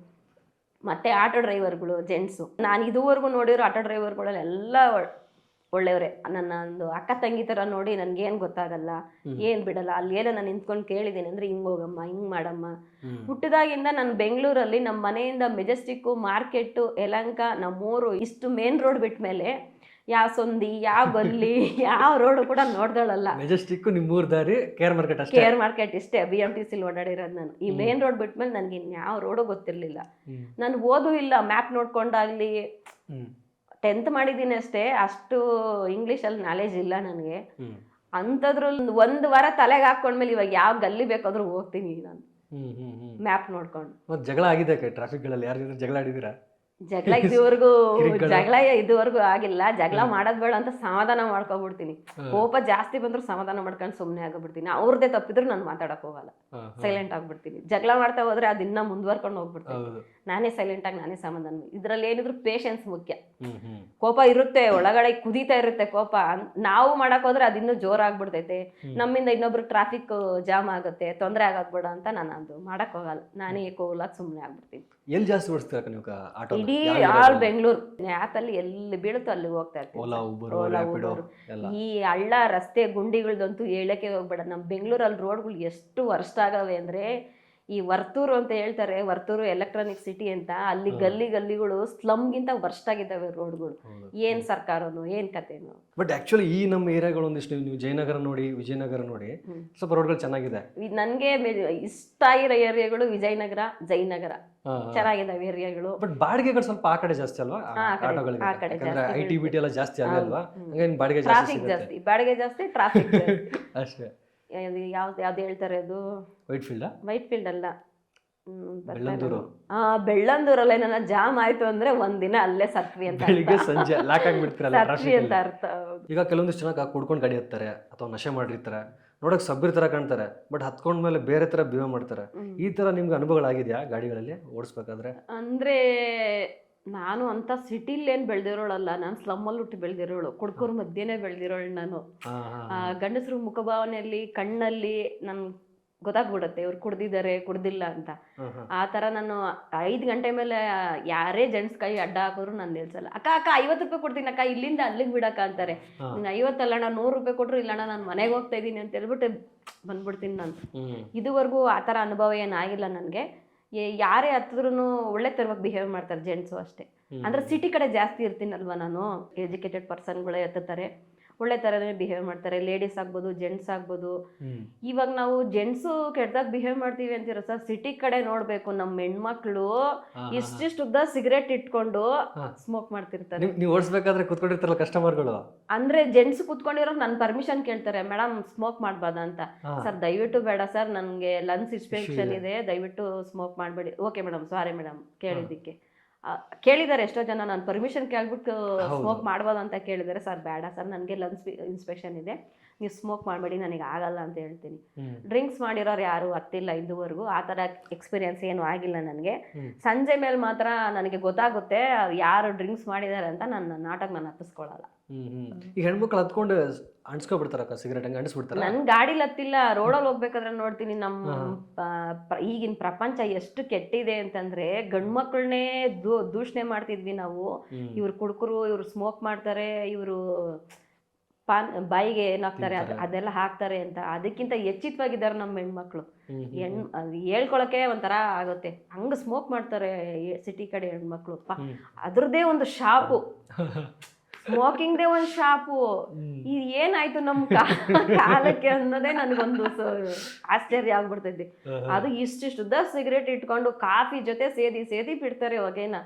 ಏನ್ ಹೆಣ್ಮಕ್ಳು ಅದೇನ್ ಬುದ್ಧಿ ಕಲ್ತಿದ್ದಾರೆ. ಗಾಂಧೀಜಿ ಒಂದು ಮಾತು ಹೇಳಿದ್ರೆ ಸಮಾನತೆ, ಅಂದ್ರೆ ಪ್ರತಿಯೊಬ್ಬರು ಸಮಾನತೆ, ಅಂದ್ರೆ ಇಲ್ಲೂ ಕೂಡ ಸಮಾನತೆ ತೋರಿಸ್ಬೇಕು ಅಂತ. ಡ್ರಿಂಕಿಂಗ್ ಅಲ್ಲಿ, ಸ್ಮೋಕಿಂಗ್ ಅಲ್ಲಿ ಸಮಾನತೆಗೆ ಅವ್ರ ಹೆಣ್ಮಕ್ಳೇ ಅಲ್ಲ ಅನ್ಕೋತೀನಿ ನಾನು. ಅಲ್ಲಕ್ಕ, ಅಂದ್ರೆ ಅವ್ರಿಗೆ ಇರ್ಬೋದೇನೋದು, ಅಥವಾ ಗೊತ್ತಿಲ್ಲ. ಈಗ ನೋಡಿ ಜಗತ್ತಂಗೆ ಹೋಗ್ತಾ ಇದೆ, ಈಗ ನಾನು ಗಂಡಸಿಗಿಂತ ಯಾಕೆ ಕಡಿಮೆ, ನಮ್ಮ ಹೆಣ್ಮಕ್ಳು ಯಾವ್ದ್ರಲ್ಲೂ ಕಮ್ಮಿ ಇಲ್ಲ. ನಾನು ಹೆಣ್ಣಿನ ಬಗ್ಗೆ ಆತರ ಹೇಳ್ತಾ ಇಲ್ಲ. ಅಂದ್ರೆ ಕೆಲವೊಂದಿಷ್ಟು ಈಗ ವಿದ್ಯಾವಂತ ಅನ್ಸ್ಕೊಳ್ತಾರಲ್ಲ, ತುಂಬಾ ಓದ್ದೋರು, ನಾನು ಯಾಕೆ ಆಗ ಗಂಡಸ್ಗಿಂತ ಯಾಕೆ ನಾನು ಕಡಿಮೆ, ಇದ್ರಲ್ಲೂ ನಾನು ಮಾಡ್ಬೋದಲ್ಲ, ಹಂಗಿರ್ಬೋದೇ ನನ್ಗೆ ಗೊತ್ತಿಲ್ಲ. ಐ ಥಿಂಕ್ ಅವ್ರ ಮೆಂಟಾಲಿಟಿ ಹಂಗಿರ್ಬೋದೇನೋ. ಏನೋ ಅವ್ರಿಗೆ ಓದ್ಬಿಟ್ಟಿದೀನಿ ನಾನು ಎಲ್ಲಾರ ತರ ಮುಂದೆ, ಜೆಂಟ್ಸ್ಗಿಂತ ಕಮ್ಮಿ ಅವರು ಆ ತರ ಇರ್ತಾರೆ ಅನ್ಕೋತೀನಿ ಸಿಟಿಗಳಲ್ಲಿ ಎಲ್ಲ. ಇನ್ನೊಂದಕ್ಕ, ಈಗ ನೀವು ಹೆಂಗಂದ್ರೆ ಒಂದು ಫ್ಯಾಮಿಲಿ ಬೆಳೆದಿರ್ತೀರಾ, ಕಷ್ಟ ನೋಡಿರ್ತೀರಾ, ನಿಮ್ಗೆ ದುಃಖ ಆಗತ್ತೆ, ನೋವಾಗತ್ತೆ, ಬಟ್ ಅದನ್ನ ಸಹಿಸ್ಕೊಳ್ತೀರಾ, ಬೇರೆ ಚಟಕ್ಕೆ ಹೋಗಲ್ಲ. ಬಟ್ ಇವರೆಲ್ಲ ವಿದ್ಯಾವಂತರಾಗಿರ್ತಾರೆ, ಊರು ಬಿಟ್ಟು ಬಂದಿರ್ತಾರೆ ಆಚೆ ಕಡೆ, ಏನೋ ಫ್ರಸ್ಟ್ರೇಷನ್ ಡಿಪ್ರೆಷನ್ ಅಂದಾಗ ಫ್ರೆಂಡ್ಸ್ ಇರ್ತಾರೆ, ಎಲ್ಲ ಥರ ಗಂಡಸರು ಹೆಂಗಸರು ಜೊತೆಗೆ ಇರ್ತಾರಲ್ಲ, ಟೆನ್ಷನ್ ಮಗ ಅವ ಅಡಿಯೋ ಅಂತಮ್ಮ, ಟೆನ್ಷನ್ ಅಂದ್ರೆ ಸ್ಮೋಕಿಂಗ್ ಮಾಡಿದ್ರೆ ಡ್ರಿಂಕಿಂಗ್ ಮಾಡಿದ್ರೆ ಟೆನ್ಷನ್ ಕಮ್ಮಿ ಆಗಂಗಿದ್ರೆ ನಾವುಗಳು ಯಾಕೆ ಈ ತರ ಅನ್ಭವಿಸ್ಕೊಂಡಿದೀವಿ, ನಾವು ಹಂಗ್ ಮಾಡಿದ್ರೆ ಇರ್ಬೋದೇನೋ ಅಂತ ಹಚ್ಚಿ ಅವೆಲ್ಲ ಮಾಡ್ಬಿಟ್ಟು ಜೀವನ ಮಾಡೋಂತ ಹೆಣ್ಮಕ್ಳು ಜೀವನನೇ ಅಲ್ಲ ಅದು. ಏನೋ ಕಷ್ಟ ಬಿದ್ದಿದೀವಿ, ಫೇಸ್ ಮಾಡ್ತಾ ಇದೀವಿ, ಬದುಕ್ತಾ ಇದೀವಿ, ಇದು ನಮ್ಮ ಜೀವನ, ಇದು ನಾವ್ ಹೆಂಗಿದೀವೋ ಹಂಗಿದ್ರೆ ಮಾತ್ರ ನಮ್ಮನ್ನ ನಾವು ಗುರ್ತಿಸ್ಕೊಳಕ್ ಆಗೋದು. ಬೇರೆ ತರ ಎಲ್ಲ ಮಾಡಿದ್ರೆ ನಮ್ಗೆ ಅದ್ ಬರೋ ಹೆಸರೇ ಬೇರೆ. ಅದ್ ತುಂಬಾ ಯೋಚನೆ ಮಾಡ್ತೀನಿ. ನನ್ಗೆ ಸ್ಮೋಕಿಂಗ್ ಮಾಡೋ ಹೆಣ್ಮಕ್ಳು ನೋಡಿದ್ರೆ ಸಿಟಿ ಕಡೆಗೆ ತುಂಬಾ ವರ್ಷಪ್ಪ. ಈಗ ದಿನಕ್ಕೆ ಎಷ್ಟು ಅವರ್ ಕೆಲಸ ಮಾಡ್ತೀರ ಗಾಡಿ, ಎಷ್ಟು ಅವರ್ ಓಡಿಸ್ತೀರಾ? ಸರ್ ನಾನು ಬೆಳಿಗ್ಗೆ ಒಂದು 7 ಗಂಟೆ 8 ಗಂಟೆಗೆ ಶುರು ಮಾಡಿದ್ರೆ ಮತ್ತೆ ನೈಟ್ 8ರಿಂದ 9 12 ಅವರ್ ಫಿಕ್ಸ್ ನನ್ನ ಗಾಡಿ ಫಿಕ್ಸ್. ಸಂಪಾದನೆ ಪರವಾಗಿಲ್ಲ? ಸಂಪಾದನೆ ಇಷ್ಟು ದಿವಸ ಏನೋ ತಕ್ಕಮಟ್ಟಿಗೆ ನಡೀತಾ ಇತ್ತು ಸರ್. ಇದು ರ್ಯಾಪಿಡೋ ಊಬರ್ನವರು ಬೈಕ್ ಟ್ಯಾಕ್ಸಿ ಸ್ಟಾಪ್ ಮಾಡಿದ್ಮೇಲೆ ಪರವಾಗಿರ್ಲಿಲ್ಲ. ಮತ್ತೆ ಈಗ ಒಂದು 10 ದಿವಸದಿಂದ ಬೈಕ್ ಟ್ಯಾಕ್ಸಿ ಓಪನ್ ಮಾಡಿಬಿಟ್ರು. ಅವಾಗಿಂದ ತುಂಬಾ ಕಷ್ಟ ಆಗ್ತಾ ಇದೆ. ಹೇಳ್ತಿದ್ರಲ್ವ ಇಷ್ಟು ದಿವಸ. ನಾನು ಯೋಚನೆ ಮಾಡ್ತಿದ್ದೆ, ನನ್ನ ಹತ್ರ ಆಟೋ ಇಲ್ದಿದ್ದಾಗ ನಾನು ಆಟೋದಲ್ಲಿ ಹೋಗ್ಬೇಕಾದ್ರೆ ಒಂದು ಜೆಂಟ್ಸ್ ಡ್ರೈವರು ಇಲ್ಲಿಂದ ಅಲ್ಲಿಗೆ ಎಷ್ಟು ತಗೋತೀರ ಅಂದ್ರೆ 100 ರೂಪಾಯಿ ಅಂದ್ರೆ 100 ರೂಪಾಯಾ ಯಪ್ಪ. ಮೊದಲೇ ನಾವು ಹೆಣ್ಮಕ್ಳು ಕಂಜೂಸು, ಬೇರೆಯವ್ರು ಹೆಂಗೋ ಅಂತ ಗೊತ್ತಿಲ್ಲ, ನಾನು ಮಾತ್ರ ಸಿಕ್ಕಾಬಟ್ಟೆ ಕಂಜೂಸು. 100 ರೂಪಾಯಿ ಕೊಟ್ಟೋಗ್ಬೇಕಾ ಇವರಿಗೆ? ಯಾಕೆ 100 ರೂಪಾಯಿ ಕೊಟ್ಟೋಗ್ಬೇಕು? 100 ರೂಪಾಯಿ ಇದ್ರೆ ಅದು ಬರುತ್ತೆ, ಇದು ಬರುತ್ತೆ, ಮಕ್ಳಿಗೆ ಏನಾದ್ರು ಕೊಡಿಸ್ಬೋದು, ತಿನ್ನಿಸ್ಬೋದು, ಮನೆಗೆ ಏನಾರು ಉಪಯೋಗಿಸ್ಬೋದು ಅಂತ ಚಿಂತೆ ಮಾಡ್ತಿದ್ದೆ. ನಾನು ಈ ಫೀಲ್ಡಿಗೆ ಬಂದ್ಮೇಲೆ ಗೊತ್ತಾಗ್ತೈತೆ ಎಷ್ಟು ಕಷ್ಟ ಐತೆ. ಅವ್ರು ಯಾಕೆ 10 ರೂಪಾಯಿ 20 ರೂಪಾಯಿ ಎಕ್ಸ್ಟ್ರಾ ಕೇಳ್ತಾರೆ ಅನ್ನೋದು ನನಗೆ ಇವಾಗ ಗೊತ್ತಾಗ್ತೈತೆ ಸರ್. ನಾನು ಇವಾಗ ಎಕ್ಸ್ಟ್ರಾ ಏನಕ್ಕೆ ಕೇಳ್ತಾರೆ ಅಂದರೆ ಟ್ರಾಫಿಕಲ್ಲಿ 1 ಅವರ್ ಅರ್ಧ ಅವರ್ ನಮ್ಮ ಕೆಲಸ ಅದು. ನಿಮಗೋಸ್ಕರನೇ ನಾವು ತಾಳ್ಮೆಯಿಂದ ಅಲ್ಲಿ ಕುತ್ಕೊಂಡು ನಿಮ್ಮನ್ನ ಬೇಕಾದಾಗ ಸುರಕ್ಷಿತವಾಗಿ ಡ್ರಾಪ್ ಮಾಡ್ತೀವಲ್ವಾ, ಅದಕ್ಕೋಸ್ಕರ 10 ರೂಪಾಯಿ 20 ರೂಪಾಯಿ ಎಕ್ಸ್ಟ್ರಾ ಕೇಳೋದ್ರಲ್ಲಿ ಏನು ತಪ್ಪಿಲ್ಲ ಅಂತ ಇವಾಗ ನಾನು ಮನದಟ್ಟು ಮಾಡ್ಕೊಂಡು. ಇನ್ನೊಂದು ಇದನ್ನ ಜಾಬ್ ಅಂತ ಕರೆಯಕ್ಕಾಗಲ್ಲ, ಸರ್ವಿಸ್ ಅಂತೀವಿ ನೋಡಿ. ಸರ್ವಿಸ್ ಅಲ್ಲಿ ಸೋಷಿಯಲ್ ಸರ್ವಿಸ್ ಅಂತಲ್ಲ, ಸರ್ವಿಸ್. ಯಾಕಂದ್ರೆ ಸ್ವಲ್ಪ ಹೆಚ್ಚು ಕಡಿಮೆ ಆಗುತ್ತೆ. ಜಾಬ್ ಅಂದ್ರೆ ನಿಮಗೆ ಸಂಬಳ ಕೊಡ್ತೀನಿ ಅಂತ, ಇದು ಸರ್ವಿಸ್. ಇದು ಸರ್ವಿಸ್ ಅಂದ್ರೆ ನಾವ್ ಇದನ್ನ ನಮ್ ಜಾಬ್ ಅಂತಾನೆ ತಗೊಂಡಿದ್ದೀವಿ ಸರ್. ನಾವು ಸಂಪಾದನೆ ಮಾಡ್ತಾ ಇದೀವಿ ಇದರಿಂದ. ನಾನು ಹೇಳ್ತಿರೋದಂದ್ರೆ ನೀವು ಯಾಕೆ ಎಕ್ಸ್ಟ್ರಾ ಕೇಳ್ತೀರಾ ಅಂದ್ರೆ ಒಂದು 10-20 ಅಂದ್ರೆ ಇದೊಂಥರ ಸರ್ವಿಸ್. ಒಂದ್ ಕಡೆ ಅಂದ್ರೆ ಫಿಕ್ಸ್ ಅಂತ ಸಂಬಳ ಇರಲ್ಲ ನಿಮಗೆ, ಎಲ್ಲ ಕಡಿಮೆ ಆಗಿರುತ್ತೆ. ಖಾಲಿ ಬಂದಿರ್ತೀರಾ, ಈಗ ಒಬ್ಬರನ್ನೆಲ್ಲ ಡ್ರಾಪ್ ಮಾಡಿರ್ತೀರಾ, ಒಂದು 10 ಕಿಲೋಮೀಟರ್ ಖಾಲಿ ಬರ್ಬೇಕಾಗುತ್ತೆ ಒಂದೊಂದ್ಸರಿ. ಒಂದು 10-20 ಎಕ್ಸ್ಟ್ರಾ ಕೇಳಿದ್ರೆ ಓಕೆ. ಬಟ್ ಒಬ್ಬೊಬ್ರು ಹಂಗಿದಾರೆ ಸುಮಾರು ಅಂದ್ರೆ ಇದಾರೆ ಸರ್. ಅದು ಹೇಳಕ್ಕೆ ಹೋಗ್ಬಾರ್ದು. ಅಲ್ಲಿ ಒಂದು 100 ರೂಪಾಯಿ ಆಗೋ ಜಾಗ ಅಂತದಲ್ಲಿ 300-400 ರೂಪಾಯಿ ಕೇಳೋಂತ ಆಟೋ ಡ್ರೈವರ್ಗಳು ಇದಾರೆ ಜೆಂಟ್ಸ್. ಆ ತರದವರಿಂದ ಒಳ್ಳೆಯವ್ರಿಗೂ ಕೆಟ್ಟ ಹೆಸರು. ಹೌದು. ಈಗ ಎಷ್ಟೋ ಜನಕ್ಕೆ ನಾವೇ ಆಟೋದಲ್ಲಿ ಹೋಗ್ಬೇಕಾದ್ರೆ ಅಥವಾ ಯಾರು ಹೋಗ್ಬೇಕಾದ್ರೆ ಬಂದು ಪಿಕಪ್ ಮಾಡಿದ್ರೆ 10-20 ಕೊಟ್ಟು ಹೋಗೋ ಜನ ಇದಾರೆ. ಕೇಳಿದ್ರು ಕೊಡ್ತಾರೆ, ಕೇಳಿದ್ರು ಕೊಡ್ತಾರೆ. 100-200 ಎಕ್ಸ್ಟ್ರಾ ಕೇಳಿದ್ರೆ ಅದು ತುಂಬಾ ಕಷ್ಟ. ನಾನು ಅದನ್ನ ಒಪ್ಕೊಳ್ಳಲ್ಲ. ನಾನು ನಿನ್ ಬಾಯಿ ಬಿಟ್ಟು ಕೇಳೋದೇ ಬೇಡ ಅಂತ ಪರಿಸ್ಥಿತಿಲಿ ಅತ್ತ ಕಸ್ಟಮರ್ ಯಾರು ಅಷ್ಟು ಕೆಟ್ಟವ್ರು ಯಾರು ಇರಲ್ಲ, ಗೊತ್ತಾಗುತ್ತೆ. ಇವಾಗ ನಾನು ಹೇಳ್ತಿದ್ದೀನಿ, ನಾನು ಇಷ್ಟು ದಿವಸದಿಂದ ಡ್ರೈವ್ ಮಾಡಿ ನಾನು ಬಾಯಿ ಬಿಟ್ಟು ಯಾರನ್ನ ನಾನು 1 ರೂಪಾಯಿ ಎಕ್ಸ್ಟ್ರಾ ಕೇಳಿರೋ ಎಣ್ಣೆ ಅಲ್ಲ ನಾನು. ಅಲ್ಲಿ ಎಷ್ಟಾಗಿರುತ್ತೋ ಅಷ್ಟು. ಇವಾಗ ನನ್ಗೆ ಇವಾಗ ಅವ್ರ ತರ ಇಲ್ಲಿಂದ ಇಲ್ಲಿಗೆ ಇಷ್ಟು ಕಿಲೋಮೀಟರ್ ಆಗುತ್ತೆ, ಇಷ್ಟು ಕೊಡಿ ಅಂತ ಕೇಳಕ್ ನನಗೆ ಬರಲ್ಲ. ಮ್ಯಾಪ್ ಆನ್ ಮಾಡ್ತೀನಿ, ಎಷ್ಟು ಕಿಲೋಮೀಟರ್ ಆಗುತ್ತೆ ಅಂತ ನೋಡ್ತೀನಿ, ಅಷ್ಟು ಕಿಲೋಮೀಟರ್ಗೆ ಇಷ್ಟ ಆಗುತ್ತೆ ಅಂತಾನೆ ಇಷ್ಟು ಕಿಲೋಮೀಟರ್ಗೆ ಇಷ್ಟೇ ಆಗುತ್ತೆ ಅಂತ ಹೇಳ್ತೀನಿ ನಾನು. ಈ ತರ ನಾನು ಕೇಳೋದು. ಅವ್ರು ಅದ್ರ ಮೇಲೆ 10 ರೂಪಾಯಿ 20 ರೂಪಾಯಿ ನನಗೆ ಎಕ್ಸ್ಟ್ರಾನೇ ಕೊಟ್ಟೋಗ್ತಾರೆ ಹೊರತು ಯಾರು ಕಮ್ಮಿ. ಜೆಂಟ್ಸೇ ಆಗಿರ್ಲಿ, ಲೇಡೀಸೇ ಆಗಿರ್ಲಿ. ಇನ್ನೊಂದು ಹೇಳ್ತೀನಿ, ನಾನು ಆಟೋ ತಗೊಂಡು ಡ್ಯೂಟಿ ಸ್ಟಾರ್ಟ್ ಮಾಡಿದೆ ಅಂತ ಹೇಳಿದ್ನಲ್ವಾ. ಡ್ಯೂಟಿ ಸ್ಟಾರ್ಟ್ ಮಾಡಿದ ಮೊದಲನೇ ದಿವಸ ವಿದ್ಯಾರಣ್ಯಪುರ, ನಾನು ಹೆಣ್ಣು ದೇವ್ರು ನಂಬೋದು ಜಾಸ್ತಿ. ನಾನು ತಾಯಿ ನಮ್ಮಮ್ಮ ಓಂ ಶಕ್ತಿಯಿಂದಾನೇ ನಾನು ಇಷ್ಟು ಧೈರ್ಯವಾಗಿರೋದು. ನಾನು ಅವಳದೇ ಬಲ ನನಗೆ. ದುರ್ಗಾ ಪರಮೇಶ್ವರಿ ದೇವಸ್ಥಾನ ಹತ್ರ ಹೋದೆ ನಾನು. ಬೆಳಿಗ್ಗೆ 8 ಗಂಟೆಗೆ ಹೋಗಿ ಆಟೋ ಹಾಕೊಂಡವಳು 11 ಗಂಟೆ ಆಯಿತು. 11 ಗಂಟೆವರೆಗೂ ಒಂದು ಕಸ್ಟಮರ್ ನಾನು ಬರ್ತೀನಿ, ನಾನು ಇಲ್ಲಿ ಹೋಗ್ಬೇಕು ಅಂತ ಯಾರು ನನ್ನ ಕೇಳಿಲ್ಲ. ತುಂಬ ಅಳು ಬಂದ್ಬಿಡ್ತು ನನಗೆ. ಏನು ಮಾಡಿದೆ ಅವಾಗ, ಇದೇ ಶರ್ಟ್ ಹಾಕೊಂಡು ಹೋಗಿದ್ದೆ. ದೇವಸ್ಥಾನದೊಳಗಡೆ ಹಾಕೊಂಡು ಹೋಗೋದೇನು ಬೇಡ ಅಂದ್ಬಿಟ್ಟು ಶರ್ಟ್ ತೆಗ್ಬಿಟ್ಟು ಗಾಡೀಲಿ ಇಟ್ಬಿಟ್ಟು ಸೀದಾ ಒಳಗಡೆ ಹೋಗ್ಬಿಟ್ಟು ದೇವ್ರಿಗೆ ಕೈ ಮುಗಿದು ಒಂದು ಅರ್ಚನೆ ಮಾಡಿಸ್ಬಿಟ್ಟು, ಅಮ್ಮ ಬಂದ್ಬಿಟ್ಟಿದ್ದೀನಿ, ನನಗೆ ಧೈರ್ಯ ಕೊಡು, ಶಕ್ತಿ ಕೊಡು, ದುಡಿಯೋ ದಾರಿ ತೋರಿಸ್ಕೊಡು ಅಂತ ದೇವ್ರಿಗೆ ಕೈ ಮುಗಿದ್ಬಿಟ್ಟು ಬಂದು ಅಳು ಬಂದ್ಬಿಡ್ತು ನನಗೆ. ದೇವ್ರ ಮುಂದೆನೆ ಕಣ್ಣೀರು ಹಾಕಿ ಬಂದೆ ಈಚೆ ಬಂದು ಯೂನಿಫಾರ್ಮ್ ಹಾಕೊಂಡು ಕೂತ್ಕೊಂಡೆ ಆಟೋದಲ್ಲಿ. ಒಂದು ಲೇಡಿ ಬಂದರು ದೇವಸ್ಥಾನದೊಳಗಡೆಯಿಂದ. ಮೈ ಇವಾಗಲೂ ಜುಮ್ ಅನ್ಸುತ್ತೆ ನನಗೆ. ಆ ಲೇಡಿ ಬಂದು, ಮೇಡಮ್ ನಾನು ಯಲಹಂಕ ಹೋಗಬೇಕು, ಡ್ರಾಪ್ ಮಾಡ್ತೀರಾ, ಸ್ವಲ್ಪ ಅರ್ಜೆಂಟ್ ಇದೆ. ಮೇಡಮ್ ಯಲಹಂಕ ಎಷ್ಟು ಕಿಲೋಮೀಟ್ರ್ ಆಗುತ್ತೆ ಅಂತ ನನಗೆ ಗೊತ್ತಿಲ್ಲ, ನೀವು ಎಷ್ಟು ಕಿಲೋಮೀಟ್ರ್ ಆಗುತ್ತೆ ಅಂತ ಚೆಕ್ ಮಾಡಿಬಿಟ್ಟು ನನಗೆ ಹೇಳಿ, ನಾನು ಕರ್ಕೊಂಡು ಹೋಗ್ತೀನಿ. ನನಗೆ ರೂಟು ಗೊತ್ತಿಲ್ಲ ನನಗೆ, ನೀವು ಹೆಂಗೆ ತೋರಿಸ್ತೀರೋ ನಾನು ಹಂಗೆ ಕರ್ಕೊಂಡು ಹೋಗ್ತೀನಿ ಅಂದೆ. ಸರಿ ಮೇಡಮ್ ನಾನು ತೋರಿಸ್ತೀನಿ ನಡೀರಿ ಅಂತ ಕರ್ಕೊಂಡು ಹೋದ್ರು. ಶುಕ್ರವಾರ ಅವತ್ತು ಅವ್ರು ಬಂದಿದ್ದು, ನಾನು ಹೋಗಿದ್ದು ಅಮ್ಮನ ಹತ್ರ ಕೇಳ್ಕೊಂಬಂದಿದ್ದು. ಅವ್ರ ಲೇಡಿ ಬಂದಿದ್ದು, ಆಟೋದಲ್ಲಿ ಕುತ್ಕೊಂಡು ಕರ್ಕೊಂಡು ಹೋಗಿದ್ದು. 4.25 ಕಿಲೋಮೀಟ್ರ್ ಇತ್ತು, ಡ್ರಾಪ್ ಆಯಿತು. ಎಷ್ಟಾಯಿತು? 85 ರೂಪಾಯಿನೋ ಆಯಿತು. ಅವ್ರು ಹೇಳಿದ ಪ್ರಕಾರ 85 ಆಯಿತು ಮೇಡಮ್. 500 ರೂಪಾಯಿ ಕೊಟ್ಟರು. ಮ್ಯಾಮ್ ನನ್ನ ಹತ್ರ ಚೇಂಜ್ ಇಲ್ಲ ಮೇಡಮ್, ನನ್ನ ಹತ್ರ. ನಿಮ್ಮನ್ನ ಚೇಂಜ್ ಕೇಳಿದ್ದು ಯಾರು ಮೇಡಮ್? ನಿಮ್ಮನ್ನ ನಾನು ಚೇಂಜೇ ಕೇಳ್ತಾ ಇಲ್ಲ, ನನ್ನ ಖುಷಿಗೋಸ್ಕರ ನಿಮ್ಗೆ 500 ರೂಪಾಯಿ ಕೊಡ್ತಾ ಇದ್ದೀನಿ. ಒಂದು ಲೇಡಿ ಆಗಿ ಇಷ್ಟು ಧೈರ್ಯವಾಗಿ ಇವತ್ತು ಆಟೋ ಓಡಿಸ್ಕೊಂಡ್ ಬಂದಿದ್ದೀರಾ, ನನ್ನ ಕರ್ಕೊಂಡ್ ಬಂದಿದ್ದೀರಾ, ಹಾಸ್ಪಿಟ್ಲ್ ಹತ್ರ ಡ್ರಾಪ್. ಒಳ್ಳೇದಾಗ್ಲಿ ಮೇಡಮ್, ನೀವು ಹೋಗ್ತಾರೆ ಕೆಲಸ ಒಳ್ಳೇದಾಗ್ಲಿ ಅಂತಲೂ ನಾನು ಹೇಳಿದೆ. ಅವ್ರು ಖುಷಿಯಿಂದ 500 ರೂಪಾಯಿ ಕೊಟ್ಟರು. ನನಗೆ ಅವತ್ತು ಎಷ್ಟು ದುಃಖ ಆಯಿತು ಅದು 500 ರೂಪಾಯಿ ನೋಡಿ. ಅಂದರೆ ಕೆಲವು ಜನ ಹೇಳ್ತಾರೆ ದೇವ್ರಿಲ್ಲ ಅಂತ. ನಾನು ದೇವ್ರನ್ನ ನಂಬಿ ಬದುಕ್ತಾ ಇರೋಳು. ಅವಳ ಹತ್ರ ಕೇಳ್ಕೊಂಡು ಬಂದಾಗೆ ಒಂದು ಲೇಡಿ ರೂಪದಲ್ಲಿ ನನಗೆ ಈಚೆ ಬಂದು 8ರಿಂದ 11 ಗಂಟೆವರೆಗೂ ಖಾಲಿ ಕೂತಿರೋದು. ಅಷ್ಟು ಒಂದು 10 ನಿಮಿಷಕ್ಕೆ ನೀನು 500 ರೂಪಾಯಿ ಸಂಪಾದನೆ ಕೊಟ್ಟಲ್ಲ ನನಗೆ. ದೇವ್ರಿದೆ ಅಂತ ನಾನು ಎಲ್ಲಿಂದ ಎಲ್ಲಿ ಹೋದ್ರೂ ನಾನು ನಂಬ್ತೀನಿ. ದೇವ್ರನ್ನ ನಂಬಿ ನಾನು ಬದುಕಿರೋದು. ನೀನು ಮನುಷ್ಯರನ್ನ ಮಾತ್ರ ಸರ್, ನಾನು ಯಾರನ್ನೂ ನಂಬಲ್ಲ. ಮನುಷ್ಯರು ನಾನು ನಂಬಕ್ಕೆ ಹೋಗಲ್ಲ. ನಾನು ನಂಬಿರೋ ದೇವರು, ಅದನ್ನ ತಾಯಿ ಓಂ ಶಕ್ತಿಯಿಂದಾನೇ ನಾನು ಇಷ್ಟು ನನ್ನ ಒಳಗಡೆ ಇಷ್ಟು ಕಾಯಿಲೆ ತೊಂದರೆ ಇದ್ರೂ, ಹೆಲ್ತ್ ತೊಂದರೆ ಇದ್ರೂ ನಾನು ಅವಳ ಧೈರ್ಯದಿಂದಾನೇ ನಾನು ಬದುಕಿರೋದು. ಅಂದ್ರೆ ಇವತ್ತು ಅದಕ್ಕೆಲ್ಲ ಟ್ಯಾಬ್ಲೆಟ್ಸ್ ಎಲ್ಲ ಮೇಂಟೈನ್ ಮಾಡ್ತಿದ್ರೆ? ಹೌದು ಸರ್, 25 ವರ್ಷ ಆಯ್ತು ನನಗೆ ಥೈರಾಯ್ಡ್ ಬಂದು. ಆ ಟ್ಯಾಬ್ಲೆಟ್ ಬಿಟ್ಟೆ ಅಂತಂದ್ರೆ ನನ್ನ ಮೈ ಫುಲ್ಲು ಗಟ್ಟಿ ಆಗ್ಬಿಡುತ್ತೆ. ಆಗ ಇದು ಗಂಟ್ಲನೇ ಹಿಡಿದು ಬಿಡುತ್ತೆ, ಮಾತು ಬರಲ್ಲ, ನಾಲ್ಗೆ ದಪ್ಪ ಆಗುತ್ತೆ, ಮಾತು ತೊದ್ಲು ಬರ್ತವೆ. ಪ್ರತಿದಿನ ತಗೊಳ್ಳೇಬೇಕು, ಡೈಲಿ ತಗೊಳ್ಳೇಬೇಕು. 25 ವರ್ಷದಿಂದ ತಿಂತಾ ಇದ್ದೀನಿ, ನಾನು ಸಾಯೋವರೆಗೂ ತಿನ್ಬೇಕು. Daily compulsory. ಎದ್ದ ತಕ್ಷಣ ಏನ್ ಮಿಸ್ ಮಾಡಿದ್ರು ಟ್ಯಾಬ್ಲೆಟ್ ಮಿಸ್ ಮಾಡಲ್ಲ. ಅದಕ್ಕೂ ಖರ್ಚಿದೆ ನಿಮ್ದು? ಹೆಲ್ತ್ಗೆ ತುಂಬಾ ಖರ್ಚೈತೆ.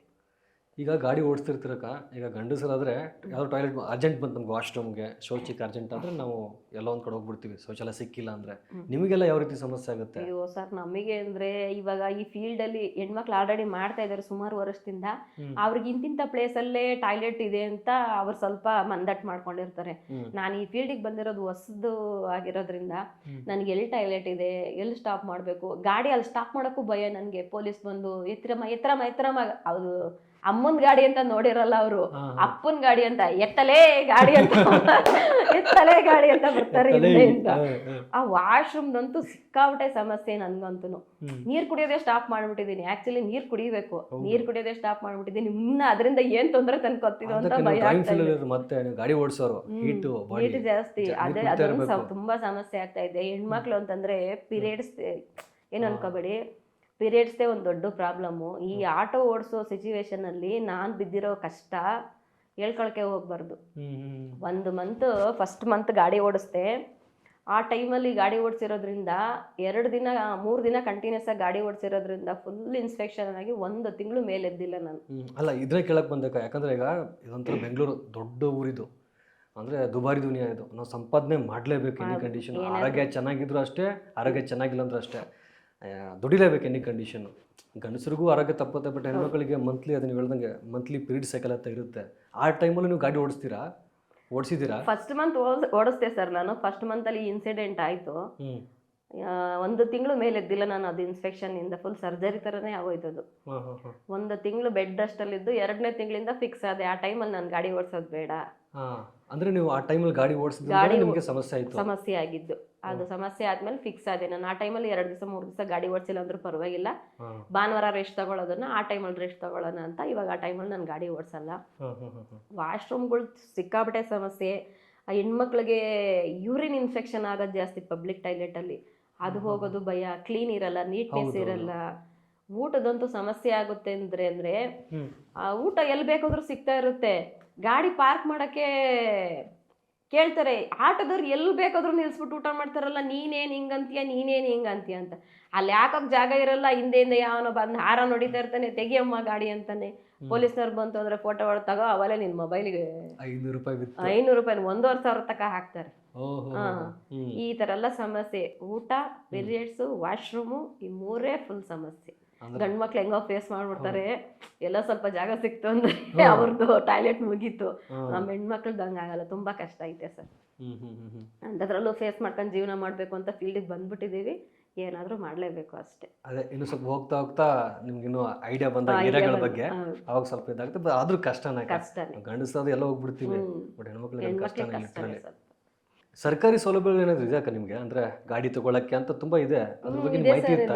ಆಕ್ಚುಲಿ ನನ್ಗೆ ಮುಂಚೆ ಗೊತ್ತಾಗಿಲ್ಲ. ನನ್ಗಿದು ಸಾಲ ಮಾಡಿ ಬಂಡವಾಳ ಹಾಕೊಂಡ್ಮೇಲೆ ಗೊತ್ತಾಗ್ತಾ ಇದೆ ನನ್ಗೆ. ಹೆಣ್ಮಕ್ಳಿಗೆ ಸರ್ಕಾರದಿಂದ ಕೊಡ್ತಾ ಇದ್ದಾರೋ ಇಲ್ಲ ಆಟೋ ಕಂಪ್ನಿಯವ್ರು ಕೊಡ್ತಾ ಇದ್ದಾರೋ, ಆಕ್ಚುಲಿ ಇದೆ NGO ಕಂಪ್ನಿಯವರು ಹೆಣ್ಮಕ್ಳಿಗೆ ಉಚಿತವಾಗಿ ಟ್ರೈನಿಂಗ್ ಕೊಟ್ಟು ಉಚಿತವಾಗಿ ಗಾಡಿ ಕೊಟ್ಟು ಕಳಿಸ್ತಾ ಇದ್ದಾರೆ. ಇವಾಗ ನಾನು ಕಲಿಯುವಂತ ಹೆಣ್ಮಕ್ಳಿಗೆ ಹೇಳೋ ಸಜೆಷನ್ ಮಾಡೋದಿದೆ, ನೀವು ಕಲಿಬೇಕು ಮಾಡ್ಬೇಕು ಅಂತ ಅನ್ನಂಗಿದ್ರೆ ಹೆಣ್ಮಕ್ಳಿಗೆಲ್ಲ ಸೌಲಭ್ಯ ಇದೆ, ಬಂದು ಕಾಂಟ್ಯಾಕ್ಟ್ ಮಾಡ್ಬೋದು. ಫ್ರೀಯಾಗಿ ಟ್ರೈನ್ ಅಪ್ ಕೊಟ್ಟು ಫ್ರೀಯಾಗಿ ಆಟೋ ಕೊಡ್ತಾವ್ರೆ. ನೀವು ಏನೋ ಸಾಧನೆ ಮಾಡಬೇಕು, ಎಲ್ಲ ಒಂದು ಬಿಕ್ಕಟ್ಟನ್ನ ಬಿಟ್ಟು ಈಚೆ ಬಂದು ಬದುಕ್ತೀನಿ ಅನ್ನೋ ಧೈರ್ಯ ಇರೋ ಹೆಣ್ಮಕ್ಳು ಬರ್ಬೋದು, ಸ್ವತಂತ್ರವಾಗಿ ಬದುಕಬೇಕು. ತಗೋಬೋದು ಸರ್. ಅಲ್ಲಿ ತುಂಬಾ ನೋಡಿದ್ದೀನಿ ಅಕ್ಕ ಕೋರ್ಮಂಗ್ಲದಲ್ಲಿ, ಹ್ಮ್. ಅಲ್ಲಿ ಎಲ್ಲೋ ಒಂದು ಜಾಗದಲ್ಲಿ ಲೇಡೀಸೇ ಓಡಿಸ್ತಿರ್ತಾರೆ ಆಟೋ. ಅಲ್ಲಿ ಚಾರ್ಜಿಂಗ್ ಪಾಯಿಂಟ್ ಇದೆ ಅಲ್ಲ, ಎಲೆಕ್ಟ್ರಿಕಲ್. ಅದು ನನ್ಗೆ ಕರೆಕ್ಟ್ ಆಗಿ ಗೊತ್ತಿಲ್ಲ, ಅದು ಇದೇ ತರ ಇರ್ಬೋದೇನೋ. ಅದರಲ್ಲಿ 2 ಥರ ಆಟೋ ಇದೆ ಸರ್. ಒಂದು 4 ಅವರ್ 3 ಅವರ್ 4.5 ಅವರ್ ಚಾರ್ಜಿಂಗ್ ಆಗೋ ಆಟೋಗಳು ಬೇರೆ. ಒಂದು ಸ್ಟ್ರೀಮ್ ಸಿಟಿ ಅಂತ ಇದೆ, 15 ನಿಮಿಷಕ್ಕೆ ಫುಲ್ ಚಾರ್ಜ್ ಆಗುತ್ತೆ. ಅದು ಪೇ ಮಾಡ್ಬೇಕಾ? ಒಂದು ಚಾರ್ಜಿಂಗ್ಗೆ 200 ಆಗುತ್ತೆ. ಅದು ಒಂಥರ ಸ್ಕೀಮ್ ಇಟ್ಬಿಟ್ಟವ್ರೆ. ಒಂದು ವಾರಕ್ಕೆ ರೀಚಾರ್ಜ್ ಮಾಡಿಸೋ ಥರ. ಒಂದು ಟೈಮ್ ಚಾರ್ಜ್ ಮಾಡ್ಕೊಳ್ಳೋಕೆ 200 ರೂಪಾಯಿ, ಒಂದು ವೀಕ್ ಮಾಡ್ಕೊಳ್ಳೋಕೆ 1200 ರೂಪಾಯಿ, ಫುಲ್ ಮಂತ್ ಚಾರ್ಜ್ ಮಾಡ್ಕೋತೀನಿ ಅಂದ್ರೆ ಎಷ್ಟು ಟೈಮ್ ಆದ್ರೂ ಮಾಡ್ಕೋಬಹುದು, 4500 ರೂಪಾಯಿ. ಪಾಯಿಂಟ್ಸ್ ಇರ್ತಕ್ಕ ಅಲ್ಲಿ ಇಲ್ಲಿ ಅಂತ? ಬೂತ್ ಇವಾಗ 2 ವೀಲರ್ದೆಲ್ಲ ಚಾರ್ಜಿಂಗ್ ಇದಾವಲ್ಲ, ಪಾಯಿಂಟ್ಸ್ ಆ ತರ ಸ್ಟ್ರೀಮ್ ಸಿಟಿಗೆ ಮಾತ್ರ ಇದೆ. ಬೇರೆ ಅದಕ್ಕೆ ಹೆಂಗಿದೆಯೋ ಗೊತ್ತಿಲ್ಲ ನನಗೆ. ನನ್ನ ಗಾಡಿಗೆ ಬಂದು ಬಜಾಜ್ ಆಟೋ, ನಾನು ಮನೇಲೆ ಪಾಯಿಂಟ್ ಮಾಡಿಸ್ಕೊಬಿಟ್ಟಿದ್ದೀನಿ. 120ರಿಂದ 130 ಕಿಲೋಮೀಟರ್ ಮೈಲೇಜ್ ಕೊಡುತ್ತೆ. ಎಷ್ಟು ಅವರ್ ಚಾರ್ಜ್? 4.5 ಅವರ್ ಚಾರ್ಜ್ ಅಂತ ಹೇಳಿದ್ದಾರೆ. ಫುಲ್ ಚಾರ್ಜ್ ನಾನು ಯಾವತ್ತೂ ಮಾಡಿಲ್ಲ, ಫುಲ್ ನಾನು ಯಾವತ್ತೂ ಖಾಲಿ ಮಾಡಿಲ್ಲ. ಈ ಟ್ರಾಫಿಕ್ ಇದರಲ್ಲಿ 120 ಕಿಲೋಮೀಟರ್ ಓಡ್ಸಕ್ಕಾಗಲ್ಲ. ಎಷ್ಟು ಓಡಿಸ್ತೀರ ಕಡೆಯಲ್ಲಿ? ಒಂದು 90-100 ಹಿಂಗೆ ಓಡಿಸ್ಬಿಟ್ಟು ಇನ್ನು ಮಿಕ್ಕಿದ್ನು ನನ್ನ ಮನೆಗೆ ಬಂದು ಚಾರ್ಜ್ ಮಾಡ್ಕೊಂಡು ಫುಲ್ ಚಾರ್ಜ್ ಮಾಡ್ಬಿಡ್ತೀರಾ? ನಮ್ಮ ಸರ್ಕಾರಕ್ಕೆ ಒಂದು ರಿಕ್ವೆಸ್ಟ್ ಮಾಡೋದಿದೆ. ನಾನು ಮೊದಲು ದಯವಿಟ್ಟು ಬೆಂಗಳೂರಲ್ಲಿರೋ ಹಳ್ಳ ಗುಂಡಿ ಮುಚ್ಚಿ ದಾರಿಗಳು ರೆಡಿ ಮಾಡ್ಕೊಡಿ. ನಮ್ಮಂತ ಹೆಣ್ಮಕ್ಳು ಫೀಲ್ಡಿಗೆ ಬರ್ತಾವ್ರೆ, ಗಾಡಿ ಹಿಡಿಯೋ ಶಕ್ತಿ ಇರಲ್ಲ. ಎಲೆಕ್ಟ್ರಿಕ್ ಆಟೋದಲ್ಲಿ ನಾವು ಮನುಷ್ಯರು ಏನ್ ಕೂತಿರ್ತೀವಿ ಅದೇ ವೆಯ್ಟು. CNG ಆಟೋ ತರ ಗಾಡಿ ವೆಯ್ಟ್ ಇರಲ್ಲ, ಮನುಷ್ಯರು ಕೂತಿರೋದೇ ವೆಯ್ಟ್. ಖಾಲಿ ಗಾಡಿ ಹೋಯ್ತು ಅಂತಂದ್ರೆ ನಾವು ದಬಾಕೊಂಡ್ವಿ ಅಂತಾನೆ ಅರ್ಥ ಎಲೆಕ್ಟ್ರಿಕ್ ಆಟೋಗಳಲ್ಲಿ. ಮೊನ್ನೆ ಒಂದು ಇನ್ಸಿಡೆಂಟ್ ಆಯ್ತು. ವರ್ತೂರ್ ಸೈಡ್ ಹೋಗಿದ್ದೆ, ಒಂದು ಏರಿಯಾದಲ್ಲಿ ನಾನು ಹೋದೆ, ಅವ್ರನ್ನ ಪಿಕಪ್ ಮಾಡ್ಕೊಂಡು ಡ್ರಾಪ್ ಮಾಡ್ಬೇಕಾಗಿತ್ತು. ಮಳೆ ಶುರುವಾಯ್ತು ಅಂದ್ರೆ ಸರ್, ಆ ರೋಡ್ ಹೆಂಗಿದೆ ಅಂತ ಗೊತ್ತಿಲ್ಲ, ನನ್ನ ಅರ್ಧ ಗಾಡಿ ಮುಳುಗ್ತಾ ಇದೆ ನೀರಲ್ಲಿ.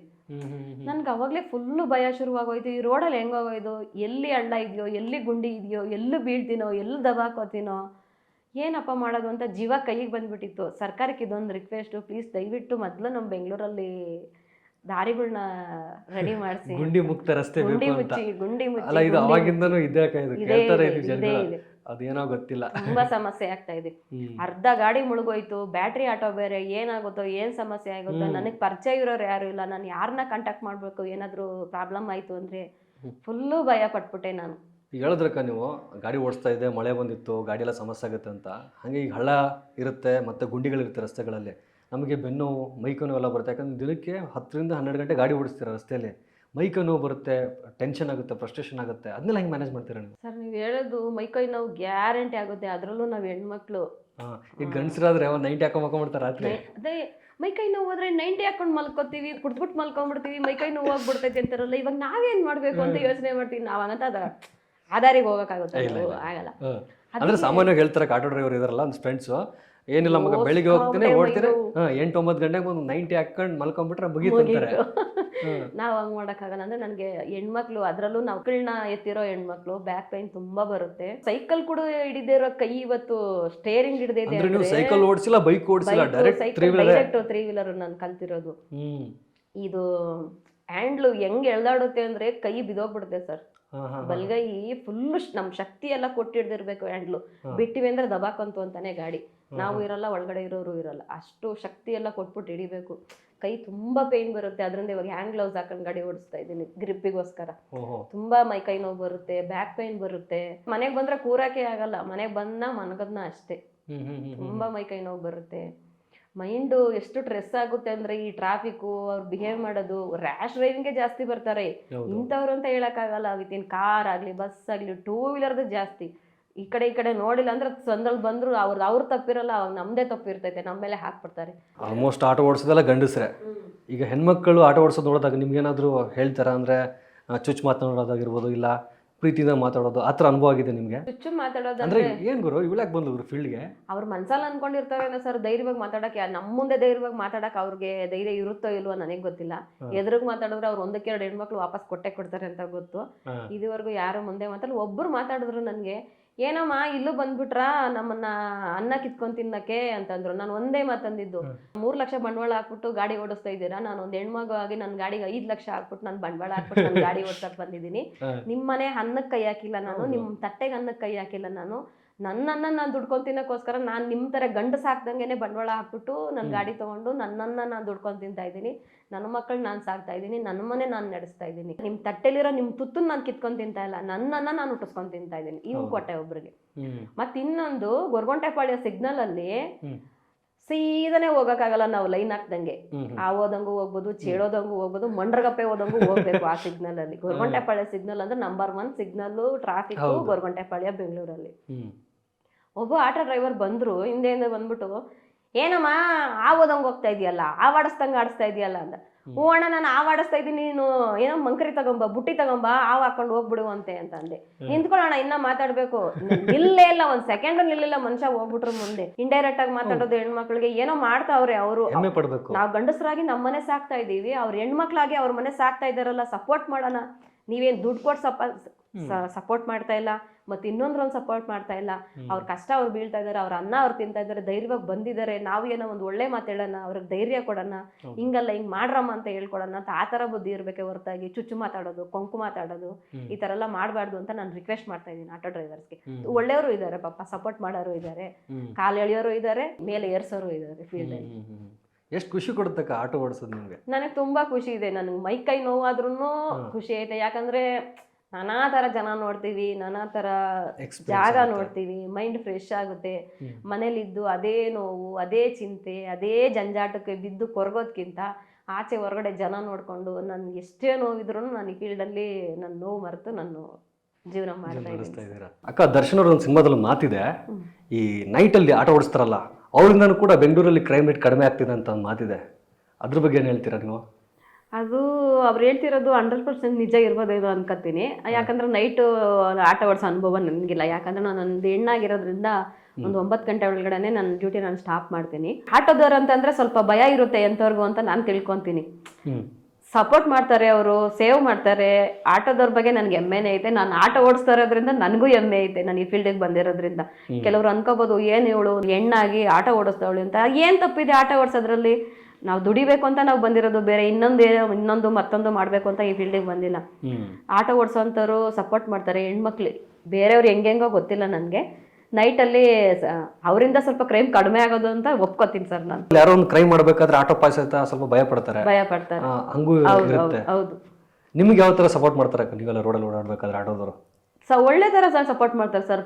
ಕೆಲವೊಬ್ರು ಆ ತರನೂ ಇರ್ತಾರೆ, ಈ ತರನೂ ಇರ್ತಾರೆ. ಎರಡಕ್ಕೂ ಅಡ್ಜಸ್ಟ್ ಆಗ್ಬೇಕು ನಾವು. ಅವ್ರ ತಕ್ಕನಂಗೆ ಇರಬೇಕು, ಇಲ್ಲ ಅವ್ರಿಗಿಂತ ಹೆಚ್ಚಾಗಿರ್ಬೇಕು. ಮತ್ತೆ ಈಗ ಟ್ರಾಫಿಕ್ ಪೊಲೀಸರಕ್ಕ ನಿಮ್ಮ ನೋಡ್ಬಿಟ್ಟು ಯಾರು ಹೇಳ್ತಾರ?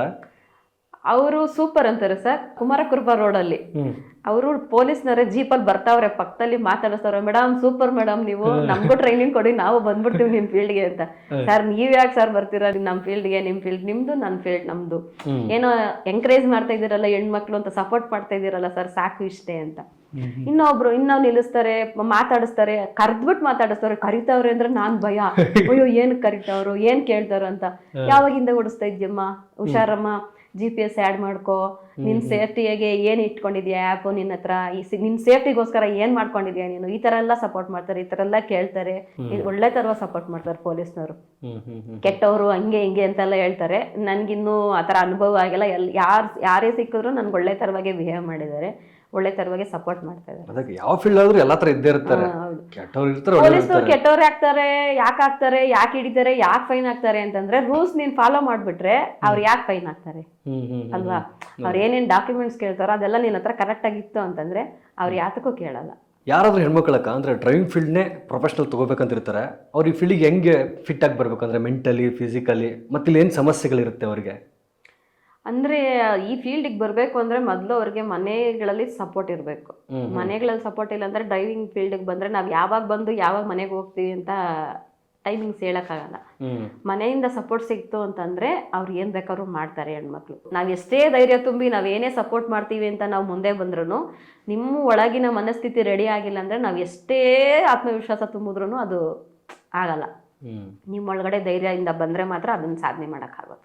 ಈಗ ತುಂಬಾ ಜನ ಓಡಿಸ್ತಿದ್ರಕ್ಕ, ಆಟೋ ಆಗಿರ್ಬೋದು, ಕ್ಯಾಬ್ ಆಗಿರ್ಬೋದು, ಮತ್ತೆ ಬಸ್ಗಳಾಗಿರ್ಬೋದು, ಲಾರಿಗಳಾಗಿರ್ಬೋದು. ನಾನು ಮೊನ್ನೆ ನೋಡ್ದಕ್ಕ ಒಬ್ರು ಮುಸ್ಲಿಂ ಹೆಣ್ಮಗಳು, ಆಲ್ಮೋಸ್ಟ್ ಅವ್ರು ಬರಲ್ಲ, ಡ್ರೈವಿಂಗ್ ಮಾಡ್ತಾ ಇದ್ರು, ಕ್ಯಾಬ್ ಓಡಿಸ್ತಾ ಇದ್ರು. ಈಗ ನಮ್ಮ ಬೇರೆಯವ್ರು ಓಡಿಸ್ತಾರೆ, ಬಟ್ ಮುಸ್ಲಿಮ್ಸ್ ಆಲ್ಮೋಸ್ಟ್ ಗೊತ್ತಲ್ಲ, ಅವರು ಕ್ಯಾಬ್ ಓಡಿಸ್ತಾ ಇದ್ರು. ಅಂದ್ರೆ ಇದಕ್ಕೆ ಜಾತಿ ಧರ್ಮ ಯಾವುದು ಬರಲ್ಲ ಸರ್. ಕಷ್ಟ ಅನ್ನೋದು ಹೆಣ್ಮಕ್ಳಿಗೆ ಏನೇ ಒಂದು ಕಲ್ಸಕ್ಕೂ ರೆಡಿ ಆಗಿರುತ್ತೆ. ಅದು ಕೆಟ್ಟದೇ ಆಗಿರ್ಬೋದು, ಒಳ್ಳೇದೇ ಆಗಿರ್ಬೋದು. ಎರಡು ದಾರಿಲಿ ಯಾವ್ದು ಆಯ್ಕೆ ಮಾಡ್ಕೊಬೇಕು ಅನ್ನೋದು ಆ ಹೆಣ್ಣಿನ ಕೈಲೇ ಇರುತ್ತೆ. ಕೆಟ್ಟ ದಾರಿಗಾದ್ರೂ ಹೋಗ್ಬೋದು ಅವಳು, ಒಳ್ಳೆ ದಾರಿಗಾದ್ರೂ ಹೋಗ್ಬೋದು ಅವಳು. ಏನ್ ದಾರಿ ಬಳಸ್ಕೋಬೇಕು ಅಂತ ಅದು ಅವಳಲ್ಲಿ ಇರುತ್ತೆ. ಅದು ಅವಳ ಆತ್ಮವಿಶ್ವಾಸ, ಅವಳ ಧೈರ್ಯ. ಯಾವ ಫೀಲ್ಡಿಗಾದ್ರೂ ಬರ್ಬೋದು, ಏನ್ರಲ್ಲಿ ಬೇಕಾದ್ರೂ ಸಾಧನೆ ಮಾಡ್ಬೋದು. ನಮ್ಮ ಹೆಣ್ಮಕ್ಳು ಏರೋಪ್ಲೇನ್ ಓಡಿಸ್ಕೊಂಡು ಯುದ್ಧನೇ ಮಾಡವ್ರೆ. ಇನ್ನು ಆಟೋ ಕಲಿತು ಓಡಿಸೋದ್ರಲ್ಲಿ ಏನು ಹೊಸ ವಿಷಯ ಅಲ್ಲ. ಅದು ಹೇಳ್ತಾರಲ್ಲ, ಹೆಣ್ಣು ಅಬಲೆ ಅಲ್ಲ ಸಬಲೆ ಅಂತ. ಸತ್ಯ ಅದು. ಅದು ಅವ್ರು ಅರ್ಥ ಮಾಡ್ಕೋಬೇಕು. ಯಾರಾದ್ರೂ ಆತ್ಮವಿಶ್ವಾಸ ಇದ್ರೆ ಏನಾದ್ರೂ ಮಾಡ್ಬೋದು ಅಂತ. ನಾವ್ ಎಷ್ಟೇ ಧೈರ್ಯ ತುಂಬಿದ್ರು ಅದು ಅವ್ರ ಒಳಗಡೆ ಬರ್ಬೇಕು. ಈಗ ನೀವೇ ಅಲ್ವಾಕ ಒಂದು ರೀಲ್ಸ್ ನೋಡಿ ನಿಮ್ಗೆ ಯಾರು ಹೇಳಲ್ಲ, ನಾನು ಕಲಿಬೇಕು ಅಂತ ಹೋದ್ರಿ, ಆಟೋ ಕಲಿತ್ರಿ, ಬಂದ್ರಿ, ಹೊಸ ಆಟೋ ಇನ್ನೇನು ತಂದ್ರಿ, ಬಿತ್ತು. ಎಷ್ಟೋ ಜನಕ್ಕ ಇದು ಅವಶ್ಯಕಣ, ವಾಪಸ್ ಕೊಟ್ಬಿಡೋಣ ಬಂದಿರುತ್ತೆ. ನನ್ನ ಫ್ರೆಂಡೇ ಇದ್ದಾಳೆ, ನನ್ ಜೊತೆ ಡ್ರೈವಿಂಗ್ ಕಲ್ತಿರೋದೇ ಇದ್ದಾಳೆ.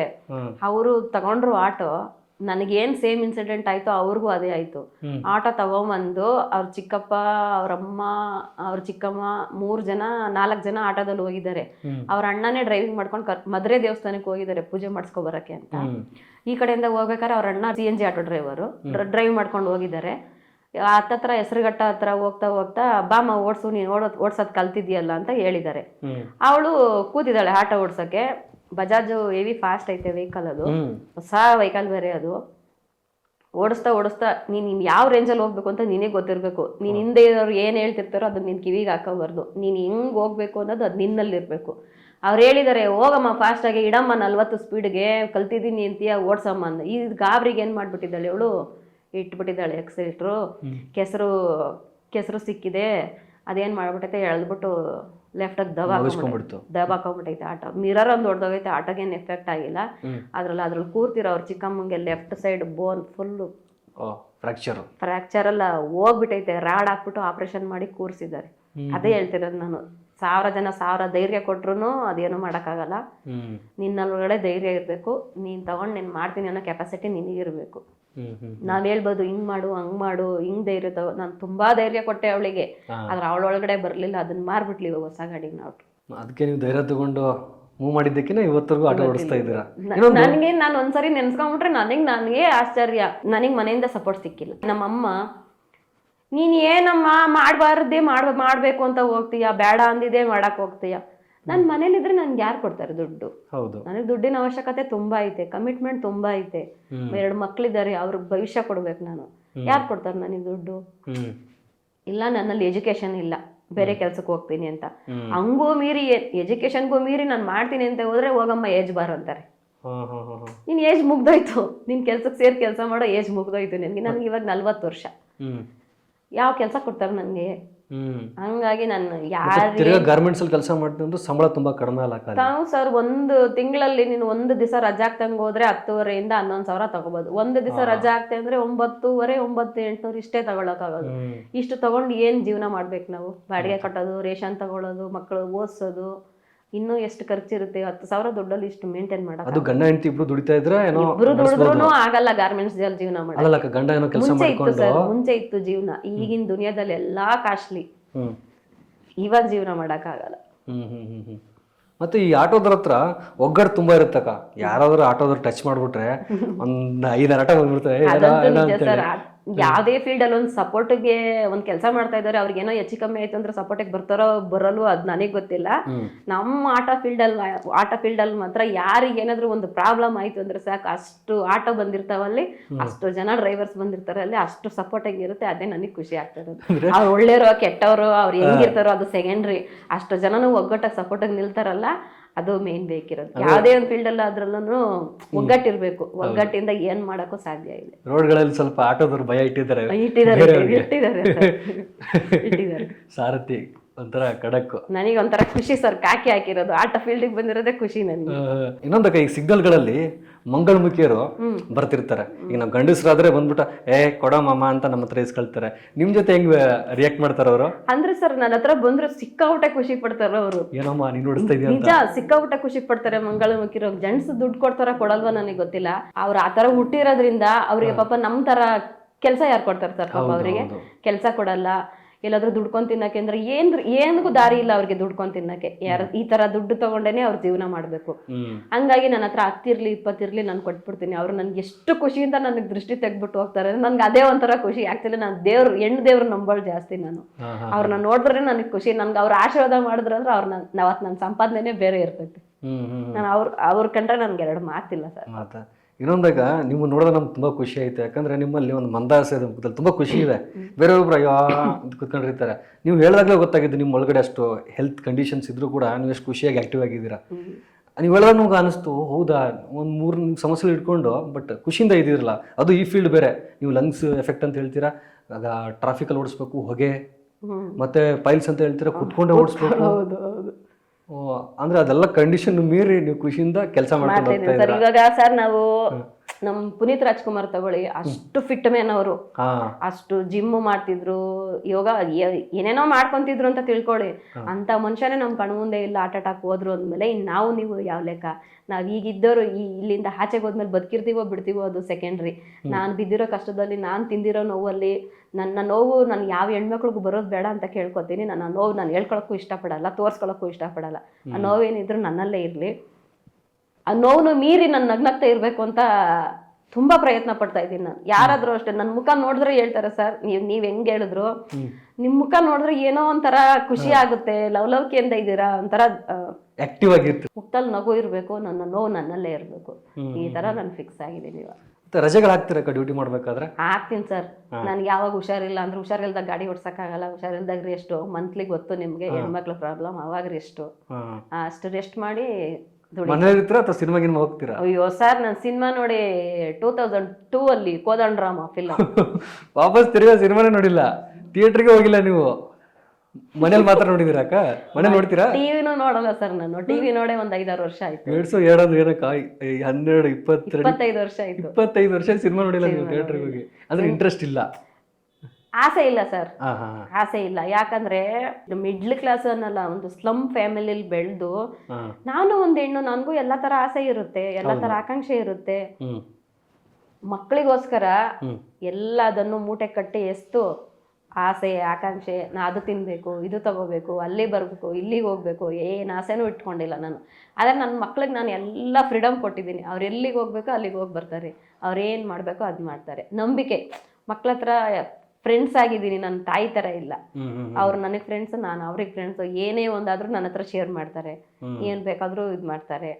ಮಕ್ಕಳು ಚೆನ್ನಾಗಿದ್ದಾರೆ. ಲಕ್ಷಾಂತರ ರೂಪಾಯಿ ಖರ್ಚು ಮಾಡಿ ಮಕ್ಕಳನ್ನ ಕಾಲೇಜ್ ಸೇರಿಸಿರ್ತಾರೆ. ಅವರೆಲ್ಲ ಕಾಲೇಜಲ್ಲಿ ಯಾವುದೋ ಹುಡುಗಿನ ಲವ್ ಮಾಡಿ ಅಥವಾ ಯಾವುದೋ ಚಟಕ್ಕೆ ಅಡಿಕ್ಷನ್ ಕಂಡ್ಕೊಂಡು ಸೂಸೈಡ್ ಮಾಡ್ಕೊಳ್ಳೋ ರೇಂಜ್ಗೆ ಹೋಗ್ಬಿಡ್ತಾರೆ. ಅಂಥವ್ರಿಗೆಲ್ಲ ಏನು ಹೇಳ್ತೀರಾ ನೀವು? ಮಕ್ಕಳು ಯಾಕೆ ಆ ಥರ ಮಾಡ್ಕೊತಾ ಇದಾರೆ ಅಂತ ನನಗೆ ಇದುವರೆಗೂ ಗೊತ್ತಾಗ್ತಾ ಇಲ್ಲ. ಲೈಫ್ ಫೇಲ್ಯೂರ್ ಆಯ್ತು ಅಂದ್ರೆ ಇನ್ನೊಂದು ಲವ್ ಸಿಗುತ್ತೆ ಅಲ್ವಾ? ಈಗ ಇದರಲ್ಲೇ ಜೀವನ ಮುಗೀತು ಅಂತ ನಾವು ಹೇಳ್ಕೊಳಕ್ಕಾಗಲ್ಲ. ದೇವ್ರು ನಮ್ಮ ಮನೆಯಲ್ಲಿ ಏನು ಬರೆದು ಕಳಿಸಿದಾನೋ, ಒಬ್ರ ಮನೇಲಿ ಒಬ್ರು ಒಂದು ಉಪ್ಪು ಹಾಕ್ಬೇಕು ಅಂತ ಯಾರಿಗೆ ಹಣೆ ಬರದಲ್ಲಿ ಬರೆದಿರುತ್ತೋ ಅವರೇ ಸಿಗೋದು. ಆ ಥರ ಎಲ್ಲ ಮಾಡ್ಕೊಳ್ಳೋದು ತಪ್ಪು. ತಂದೆ ತಾಯಿ ಎಷ್ಟು ಕಷ್ಟ ಬಿದ್ದು ಮಕ್ಕಳನ್ನ ಬೆಳೆಸಿರ್ತಾರೆ ಅಂದರೆ, ಕಣ್ಮುಂದೆನೆ ಮಕ್ಕಳು ಸಾಯೋದಿರುತ್ತಲ್ಲ, ಆ ನೋವು ನರಕ ಯಾತನೆ ಯಾವ ತಂದೆ ತಾಯಿಗೂ ಬೇಡ. ದಯವಿಟ್ಟು ಮಕ್ಕಳಿಗೆ ಹೇಳೋದು ಇದೊಂದೇ, ಲವ್ ಫೇಲ್ಯೂರ್ ಆಯಿತು, ಅದಾಯಿತು, ಇದಾಯಿತು ಅಂತ ದಯವಿಟ್ಟು ಯಾರು ಸೂಸೈಡ್ ಮಾಡ್ಕೊಳಕ್ಕೆ ಹೋಗಬೇಡಿ. ಜೀವನ ತುಂಬ ದೊಡ್ಡದು. ಸಾವೇ ಒಂದು ಇದಕ್ಕೆ ಪರಿಹಾರ ಅಲ್ಲ, ಮುಂದೆ ಬೇಜಾನ್ ಪರಿಹಾರ ಇರ್ತವೆ. ಅದರಿಂದ ಹೊರಗಡೆ ಬನ್ನಿ ಅಂತ ನಾನು ಹೇಳ್ತೀನಿ. ಹೊರಗಡೆ ಬಂದು ಜೀವನ ಮಾಡಿ. ತಂದೆ ತಾಯಿಗೆ ಮಕ್ಕಳೇ ಆಧಾರ. ಮಕ್ಕಳೇ ಹಿಂಗಾಗ್ಬಿಟ್ರೆ ಅವ್ರಿಗೆ ಯಾರು ಆಗ್ತಾರೆ? ನಿಮ್ಮ ತಂದೆ ತಾಯಿನ ತಲೆಯಲ್ಲಿ ಇಟ್ಕೊಂಡು ಯೋಚನೆ ಮಾಡಿ ಸ್ವಲ್ಪ. ನಿಮ್ಮನ್ನ ಎಷ್ಟು ಕಷ್ಟಪಟ್ಟು ಬೆಳೆಸಿರ್ತಾರೆ. ನಮಗೆ ವಿದ್ಯೆ ಇಲ್ಲ ಅಂದ್ರೂ ನಮ್ಮ ಮಕ್ಕಳು ಚೆನ್ನಾಗಿರ್ಬೇಕು ಅಂತ ಆಸೆ ಪಟ್ಟಿರ್ತಾರೆ. ಹಂಗಾಗಿ ಮಕ್ಕಳು ದಯವಿಟ್ಟು ಆ ತಪ್ಪು ಮಾಡಕ್ಕೆ ಹೋಗ್ಬೇಡಿ. ಆ್ಯಕ್ಚುಲಿ ನಾವು ಇದನ್ನ ಮಾಡ್ತಿರೋ ಉದ್ದೇಶನ ಅಷ್ಟೇ. ನಿಮ್ಮಂತೂ ನೀವು ಬದುಕಲು ತುಂಬ ಕಷ್ಟ ನೋಡಿದ್ದೀರಾ, ನಮ್ದೇನೂ ಅಲ್ಲ. ಅಂದರೆ ಈಗ ಲವ್ ಫೇಲ್ಯೂರ್ ಅದೇನೂ ಅಲ್ಲ, ಅಡಿಕ್ಷನ್ ಅದೇನೂ ಅಲ್ಲ. ನೀವೆಲ್ಲ ಈ ಥರ ಸ್ಫೂರ್ತಿಗಳೇ ಎಷ್ಟೋ ಜನಕ್ಕೆ ಅನುಕೂಲ ಆಗಲಿ ಅಂತಲೇ ಈ ಶಕ್ತಿ ಸ್ಟುಡಿಯೋಸಿಂದ ನಾವು ಜನಗಳಿಗೆ ವಿಡಿಯೋ ಮಾಡ್ತಾ ಇರೋದು. ಅದು ಕೂಡ ನಮ್ದೊಂದು ಉದ್ದೇಶನೇ. ಮನುಷ್ಯನಿಗೆ ಒಂದಿಷ್ಟು ನಂಬಿಕೆಗಳಿರುತ್ತೆ ಮತ್ತು ಮೌಢ್ಯತೆಗಳಿರ್ತಕ್ಕ. ನೀವು ಈಗ ಗಾಡಿ ಓಡಿಸ್ತಾ ಇರ್ತೀರ, ಆಟೋ ಓಡಿಸ್ಕೊಂಡು, ಈಗ ಬೆಕ್ಕೆಲ್ಲ ಅಡ್ಡ ಬರ್ತು ಗೊತ್ತಾ ಒಂದ್ಸಾರಿ, ಆ ಗಾಡಿ ನಿಲ್ಲಿಸ್ತೀರಾ ಅಥವಾ ಹೋಗ್ತೀರಾ? ನಂಬ್ತೀನಿ ಸರ್. ಮೂಢನಂಬಿಕೆ ಅವ್ರವ್ರ ನಂಬಿಕೆ ಮೇಲೆ ಬಿಡ್ತೈತೆ, ನಂಬಿಕೆ ಮೂಢನಂಬಿಕೆ ಅನ್ನೋದು. ನಾನು ದೇವ್ರುಗಳ್ನ ನಂಬೋದ್ರಿಂದ ಈ ಶಕುನ ಅಪಶಕುನ ಎಲ್ಲ ನಂಬ್ತೀನಿ ನಾನು. ಬೆಕ್ಕಡ್ಡ ಬಂದ್ರೆ ಅದು ಇನ್ಸಿಡೆಂಟ್ಗಳೆಲ್ಲ ಅನ್ಭೋಗಿಸ್ಬಿಟ್ಟಿರ್ತೀವಿ ನಾವು, ಅದನ್ನ ಮೈಂಡಲ್ಲಿ ಫಿಕ್ಸ್ ಆಗ್ಬಿಟ್ಟಿರ್ತೀವಿ ಅದು ಹಂಗೆ ಅಂತ. ಬೆಕ್ಕೇನಾದ್ರು ಬಂತು ಅಂದ್ರೆ ಒಂದ್ ಸೆಕೆಂಡ್ ಆಫ್ ಮಾಡ್ಬಿಟ್ಟೆ ನಾನು ಮುಂದಕ್ಕೆ ಕಸ್ಟಮರ್ ಇದ್ರು ಅಷ್ಟೇ ಸ್ಟಾಪ್ ಮಾಡ್ಬಿಟ್ಟೆ ನಾನು ಮುಂದೆ ಮೂವ್ ಮಾಡೋದು. ಈ ಮತ್ತೆ ಜನದ ಕಣ್ಣಿಗೆ ಮರನೇ ಸಿಡಿಯುತ್ತಂತೆ. ನಮ್ಮ ಮನುಷ್ಯರು, ನಾವು ನೀವು ಗಾಡಿಗಳು ಯಾವ ಲೆಕ್ಕ? ಜನರ ಕಣ್ಣು ಏನ್ ಬೇಕಾದ್ರೂ ಆಗ್ಬೋದು. ಇಲ್ಲ ಈಗ ನೀವು ಆಟೋ ಓಡಿಸ್ತಾ ಇರ್ತೀರಕ್ಕ, ಈ ಕಸ್ಟಮರ್ ಯಾರ್ದು ಪೆಟ್ ತಗೊಂಡ್ಬರ್ತಾರ ಗೊತ್ತಾ, ನಾಯಿ ಬೆಕ್ಕು, ಈ ಆ್ಯಪ್ ಅಲ್ಲೇ ಶುರು ಮಾಡ್ಬಿಟ್ರೆ ಸರ್. ಪೆಟ್ ರೀಡಿಂಗ್, ಬೆಕ್ಕನ್ನು ಕರ್ಕೊಂಡು ಹೋಗ್ಬೇಕು, ನಾಯಿನೂ ಕರ್ಕೊಂಡು ಹೋಗ್ಬೇಕು, ಮನುಷ್ಯರನ್ನು ಕರ್ಕೊಂಡು ಹೋಗ್ಬೇಕು. ಈಗ ರ್ಯಾಪಿಡ್ ಅದವನ್ ಅದೇ ತರ ಪಾರ್ಸಲ್ ಅಂತ ಒಂದ್ ಮಾಡಿದ್ದಾನೆ, ಪೆಟ್ ರೀಡಿಂಗ್ ಅಂತ ಒಂದ್ ಮಾಡಿದ್ದಾನೆ, ಪಾರ್ಸಲ್ ಇದೆ, ಪಾರ್ಸಲ್ ಇದೆ, ರ್ಯಾಪಿಡ್ ಅದವನ್ ಮಾಡಿದ್ದಾನೆ. ಈ ಇದು ನಮ್ಮ ಯಾತ್ರೆಯಲ್ಲಿ ಬಂದು ಪೆಟ್ ರೈಡಿಂಗು ಇದೆ. ಈ ಪೆಟ್ ರೈಡಿಂಗ್ ಅಂದ್ರೆ ನಾಯಿನಾದ್ರೂ ಕರ್ಕೊಂಡ್ ಬರ್ಬೋದು, ಅವ್ರು ಬೆಕ್ಕನಾದ್ರೂ ಕರ್ಕೊಂಡ್ ಬರ್ಬೋದು. ನಿನ್ನೆ ಆಯ್ತು ನನ್ಗೊಂದು ಇನ್ಸಿಡೆಂಟ್, ಜಯನಗರದಲ್ಲಿ ವಿಜಯನಗರದಿಂದ ಬುಕಿಂಗ್ ಮಾಡಿದ್ರು ಜಯನಗರಕ್ಕೆ. ಏನೋ ಬಾಕ್ಸ್ ಇಟ್ಕೊಂಡು ಸೂಟ್ ಕೇಸ್ ತರ ಕಾಣಿಸ್ತು ನನಗೆ. ಅದು ಆಕ್ಚುಲಿ ಸೂಟ್ ಕೇಸ್ ತರ ಕಾಣಿಸ್ತು, ಮೇಲೆ ಬಟ್ಟೆ ಕಟ್ಕೊಂಡು ತಗೊಂಬಂದಿದ್ರೆ ಸೂಟ್ ಸಡನ್ ಆಗಿ ನಾನು ಗಮನಿಸಿಲ್ಲ, ಬಿಡು ಏನು ಅಂದ್ಬಿಟ್ಟು ಸುಮ್ಮನೆ ಅದೇ. ಅವ್ರು ಬಂದು ಕುತ್ಕೊಂಡ್ರು, ಹೋಗ್ತಾ ಹೋಗ್ತಾ ಶುರು ಆಗ್ತೈತೆ, ಮ್ಯಾಮ್ ಇದು ನಮ್ದು ಬೆಕ್ಕು ಮ್ಯಾಮ್ ಅಂದ್ರು. ಅಯ್ಯೋ ಈ ಮನುಷ್ಯರುಗಳ್ಗೆ ಅದ್ ಏನಾಗೈತಪ್ಪ, ತಂದೆ ತಾಯಿಗೆ ಊಟ ಆಗ್ತಾ ಇದಾರೋ ಇಲ್ವೋ ಗೊತ್ತಿಲ್ಲ ಇವ್ರುಗಳೆಲ್ಲ. ಈ ಬೆಕ್ಕುಗಳಿಗೆ ಇಷ್ಟೊಂದು ಬಂಡವಾಳ ಹಾಕೊಂಡು ನಾಯಿಗಳನ್ನ ಸಾಕೋದು ತಪ್ಪು ಅಂತ ಹೇಳ್ತಾ ಇಲ್ಲ, ನಾಯಿ ಇರೋದ್ರಿಂದನೇ ನಾವು ಹೇಳ್ಬೇಕು ಅಂತಂದ್ರೆ ನಮ್ಮ ಮನೇಲಿ ಯಾವುದೇ ಒಂದು ಕೆಟ್ಟದೊಂದು ದೃಷ್ಟಿ ತೆಗಲ್ಬಾರ್ದು, ನಮ್ಗೇನಾದ್ರೂ ಬಂದು ಕಷ್ಟ ಪರಿಹಾರ ಆಗ್ಬೇಕು ಅಂತಂದ್ರೆ ನಮ್ಮ ಮನೇಲಿ ನಾಯಿಗಳು ಇರೋದ್ರಿಂದನೇ ಕಾರಣ. ನಮಗೆ ಬರೋಂಥ ತೊಂದರೆಗಳ್ನೆಲ್ಲ ಆ ನಾಯಿಗಳ ಮೇಲೆ ಹೋಗುತ್ತೆ ಅನ್ನೋದು ನನ್ನ ನಂಬಿಕೆ.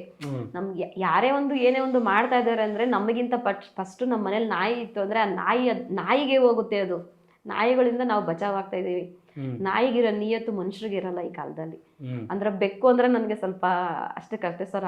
ಆ ತಾಯಿ ನಮ್ಮಮ್ಮ ವಿಜಯನಗರದಿಂದ ಬೆಕ್ಕು ಕರ್ಕೊಂಡ್ಬಂದು, ಮ್ಯಾಮ್ ಇದು ನನ್ನ ಬೆಕ್ಕು, ನಾನು ಹೋಗ್ತಾ ಇದ್ದೀನಿ ಅಲ್ಲಿಗೆ ಅಂತ ಅದು ಒಂದೇ ಸಮ ಬಡ್ಕೋತೈತೆ, ಮಿಯಾವ್ ಮಿಯಾವ್ ಮಿಯಾವ್ ಅಂತ. ನನಗೆ ಫುಲ್ ಇರಿಟೇಟು. ಅಂತದ್ರಲ್ಲೂ ಹೋಗಿ ಡ್ರಾಪ್ ಮಾಡಿದೆ, ಏನು ಮಾಡೋಕ್ಕಾಗಲ್ಲ, ಎಲ್ಲ ಅಡ್ಜಸ್ಟ್ ಮಾಡ್ಕೊಬೇಕು. ಮತ್ತೆ ಈ ಪೂಜೆ ಮಾಡೋದು ಗಾಡಿ ಅಮಾವಾಸ್ಯೆಗೆ ತುಂಬಾ ನಂಬ್ತೀನಿ ಸರ್ ನಾನು. ಹೇಳಿಲ್ವ ನಾನು, ಮನುಷ್ಯರ ಕಣ್ಣಿಗೆ ಮರನೇ ಸಿಡಿಯುತ್ತೆ, ಇನ್ನು ನೀವು ಯಾವ ಲೆಕ್ಕ ಅಂತ. ಮನುಷ್ಯರ ಕಣ್ಣು ತುಂಬಾ ಬೀಳುತ್ತೆ, ನಂಬ್ತೀನಿ ನಾನು. ನಮಗೇನಾದ್ರೂ ದೃಷ್ಟಿ ಬಿತ್ತು ಅಂದ್ರೆ ನಮ್ಗೆ ಅದು ಬಿಸ್ನೆಸ್ಸೇ ಆಗಲ್ಲ. ಅದರಿಂದ ನಾನು ದೇವ್ರ ನಂಬೋದ್ರಿಂದ ನನ್ನ ಗಾಡಿಗೆ ಏನು ಸೇಫ್ಟಿ ಬೇಕು, ನನಗೇನು ಸೇಫ್ಟಿ ಬೇಕು, ದೃಷ್ಟಿಗೆ ಅದೇನು ಬೇಕೋ ಅದು ನಾನು ಮಾಡ್ಕೋತೀನಿ ಸರ್. ನಾನು ನಿಂಬೆಹಣ್ಣು ನಂಬ್ತೀನಿ, ಶಕ್ತಿ ದೇವತೆ ನಂಬೋದ್ರಿಂದ ನಾನು ನಿಂಬೆಹಣ್ಣು ನಂಬೋದು ಜಾಸ್ತಿ.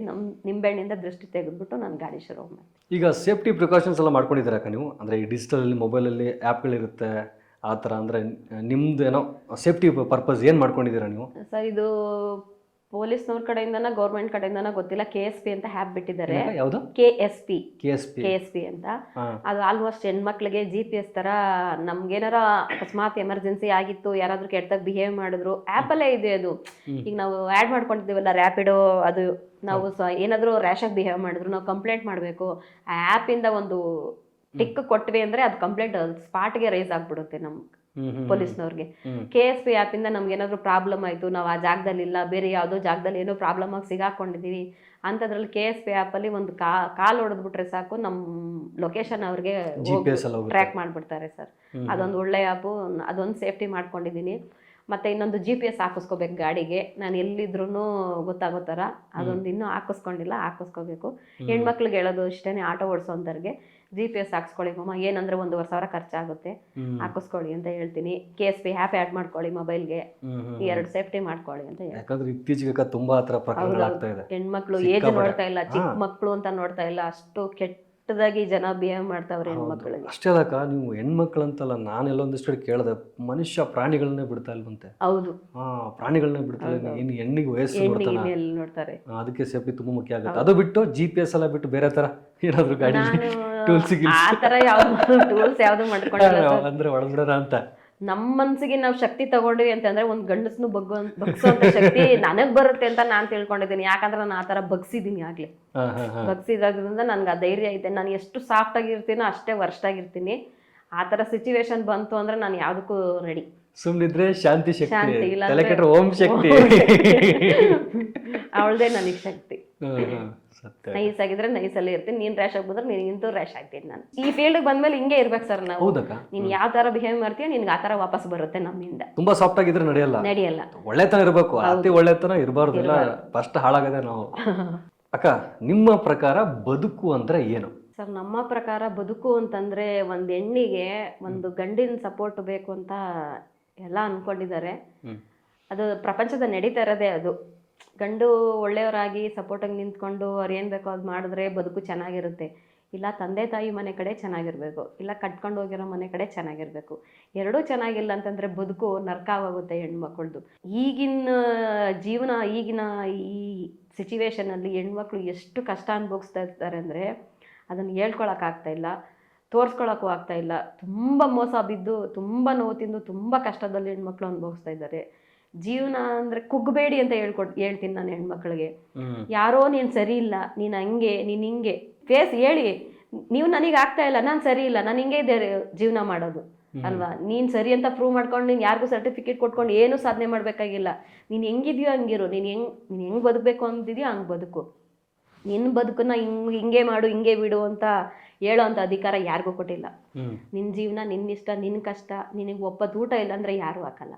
ನಿನ್ನ ಕಷ್ಟ ಏನು ಬೇಕೋ, ನಿನ್ನ ಜೀವನ ಹೆಂಗೆ ಮಾಡಬೇಕೋ, ನಿನ್ನ ಖುಷಿ ಹೆಂಗಿರ್ಬೇಕೋ ನೀನು ಹಂಗಿರು. ಯಾರಿಗೆ ಯಾರೂ ಆಗಲ್ಲ. ನಿನಗೆ ನೀನೇ ಇಷ್ಟೇ. ನನಗೆ ನಾನೇ ಏನಾಗಲಿ ಮುಂದೆ ಸಾಗು, ನೀ ಬದುಕಿದ್ದೆಲ್ಲ ಒಳ್ಳೇದಾಗಲಿ ಅಷ್ಟೆ. ಅಷ್ಟಾಗಿ ಇನ್ನೊಂದು 25 ವರ್ಷ ನೀವು ಒಂದು ಗಾರ್ಮೆಂಟ್ಸಲ್ಲಿ ಕೆಲಸ ಮಾಡಿ, ಅಲ್ಲಿ ಬಿಟ್ಕೊಂಡು ಒಂದು ಹಾಸ್ಪಿಟಲ್ ಕೆಲಸ ಮಾಡಿ, ಸಿಂಗಲ್ ಪೇರೆಂಟಾಗಿ ಮಕ್ಕಳನ್ನ ಬೆಳೆಸಿ, ಮತ್ತಾದರೂ ನಿಮಗೆ ನೋಡಿದ್ರೆ ಗೊತ್ತಾಗಲ್ಲ ಅಷ್ಟು ಆ್ಯಕ್ಟಿವ್ ಆಗಿದ್ರೆ, ಅದ್ರ ಒಳಗಡೆ ಕಾಯಿಲೆಗಳಿದೆ, ಅದನ್ನೆಲ್ಲ ಮುಚ್ಚಿ ಮತ್ತೆ ಗಟ್ಟಿಯಾಗಿ ಬದುಕ್ತಾ ಇದ್ದೀರಾ. ಈಗ ಆಟೋ ಓಡಿಸ್ತಾ ಇದ್ದೀರಾ, ಬೆಂಗಳೂರು ಟ್ರಾಫಿಕ್ಗಳಲ್ಲಿ ಕಿರಿಕಿರಿ ಇರುತ್ತೆ ಎಲ್ಲ. ಯಾಕಂದರೆ ಗಂಡಸರು ಇವತ್ತೇಕ ನಾವು ಎಲ್ಲೋ ಒಂದು ಏರಿಯಾದಿಂದ ಒಂದು ಕಡೆ ಹೋಗ್ಬೇಕಾದ್ರೆ ಅಯ್ಯೋ ಟ್ರಾಫಿಕಲ್ಲಿ ಹೋಗ್ಬೇಕಂತೀವಿ. ನೀವು 10ರಿಂದ 12 ಅವರ್ ಆ ಟ್ರಾಫಿಕಲ್ಲಿ ಇರ್ತೀರ. ನಿಮ್ಮ ಸಹನೆ, ನಿಮ್ಮದಾದ ಕಷ್ಟಗಳಿರುತ್ತೆ. ಅದನ್ನೆಲ್ಲ ಅಡ್ಬಿಟ್ಟು ಜೀವನ ಮುನ್ನಡೆಸ್ಕೊಂಡು ಹೋಗ್ತಾ ಇದ್ದೀರಾ. ಖಂಡಿತ ಆ ತಾಯಿ ಶಕ್ತಿ ನಿಮಗೆ, ನಮಗೆ, ಪ್ರತಿಯೊಬ್ಬರಿಗೂ ಒಳ್ಳೇದು ಮಾಡಲಿ. ನಾವು ಕರೆದಿದ್ದಕ್ಕೆ ಬಂದರೆ, ನಿಮ್ಮ ಬದುಕಿನ ಕಥೆಯನ್ನು ತಿಳಿಸಿದ್ರೆ ಅಕ್ಕ, ನಿಮಗೆ ಧನ್ಯವಾದಗಳು. Thank you sir.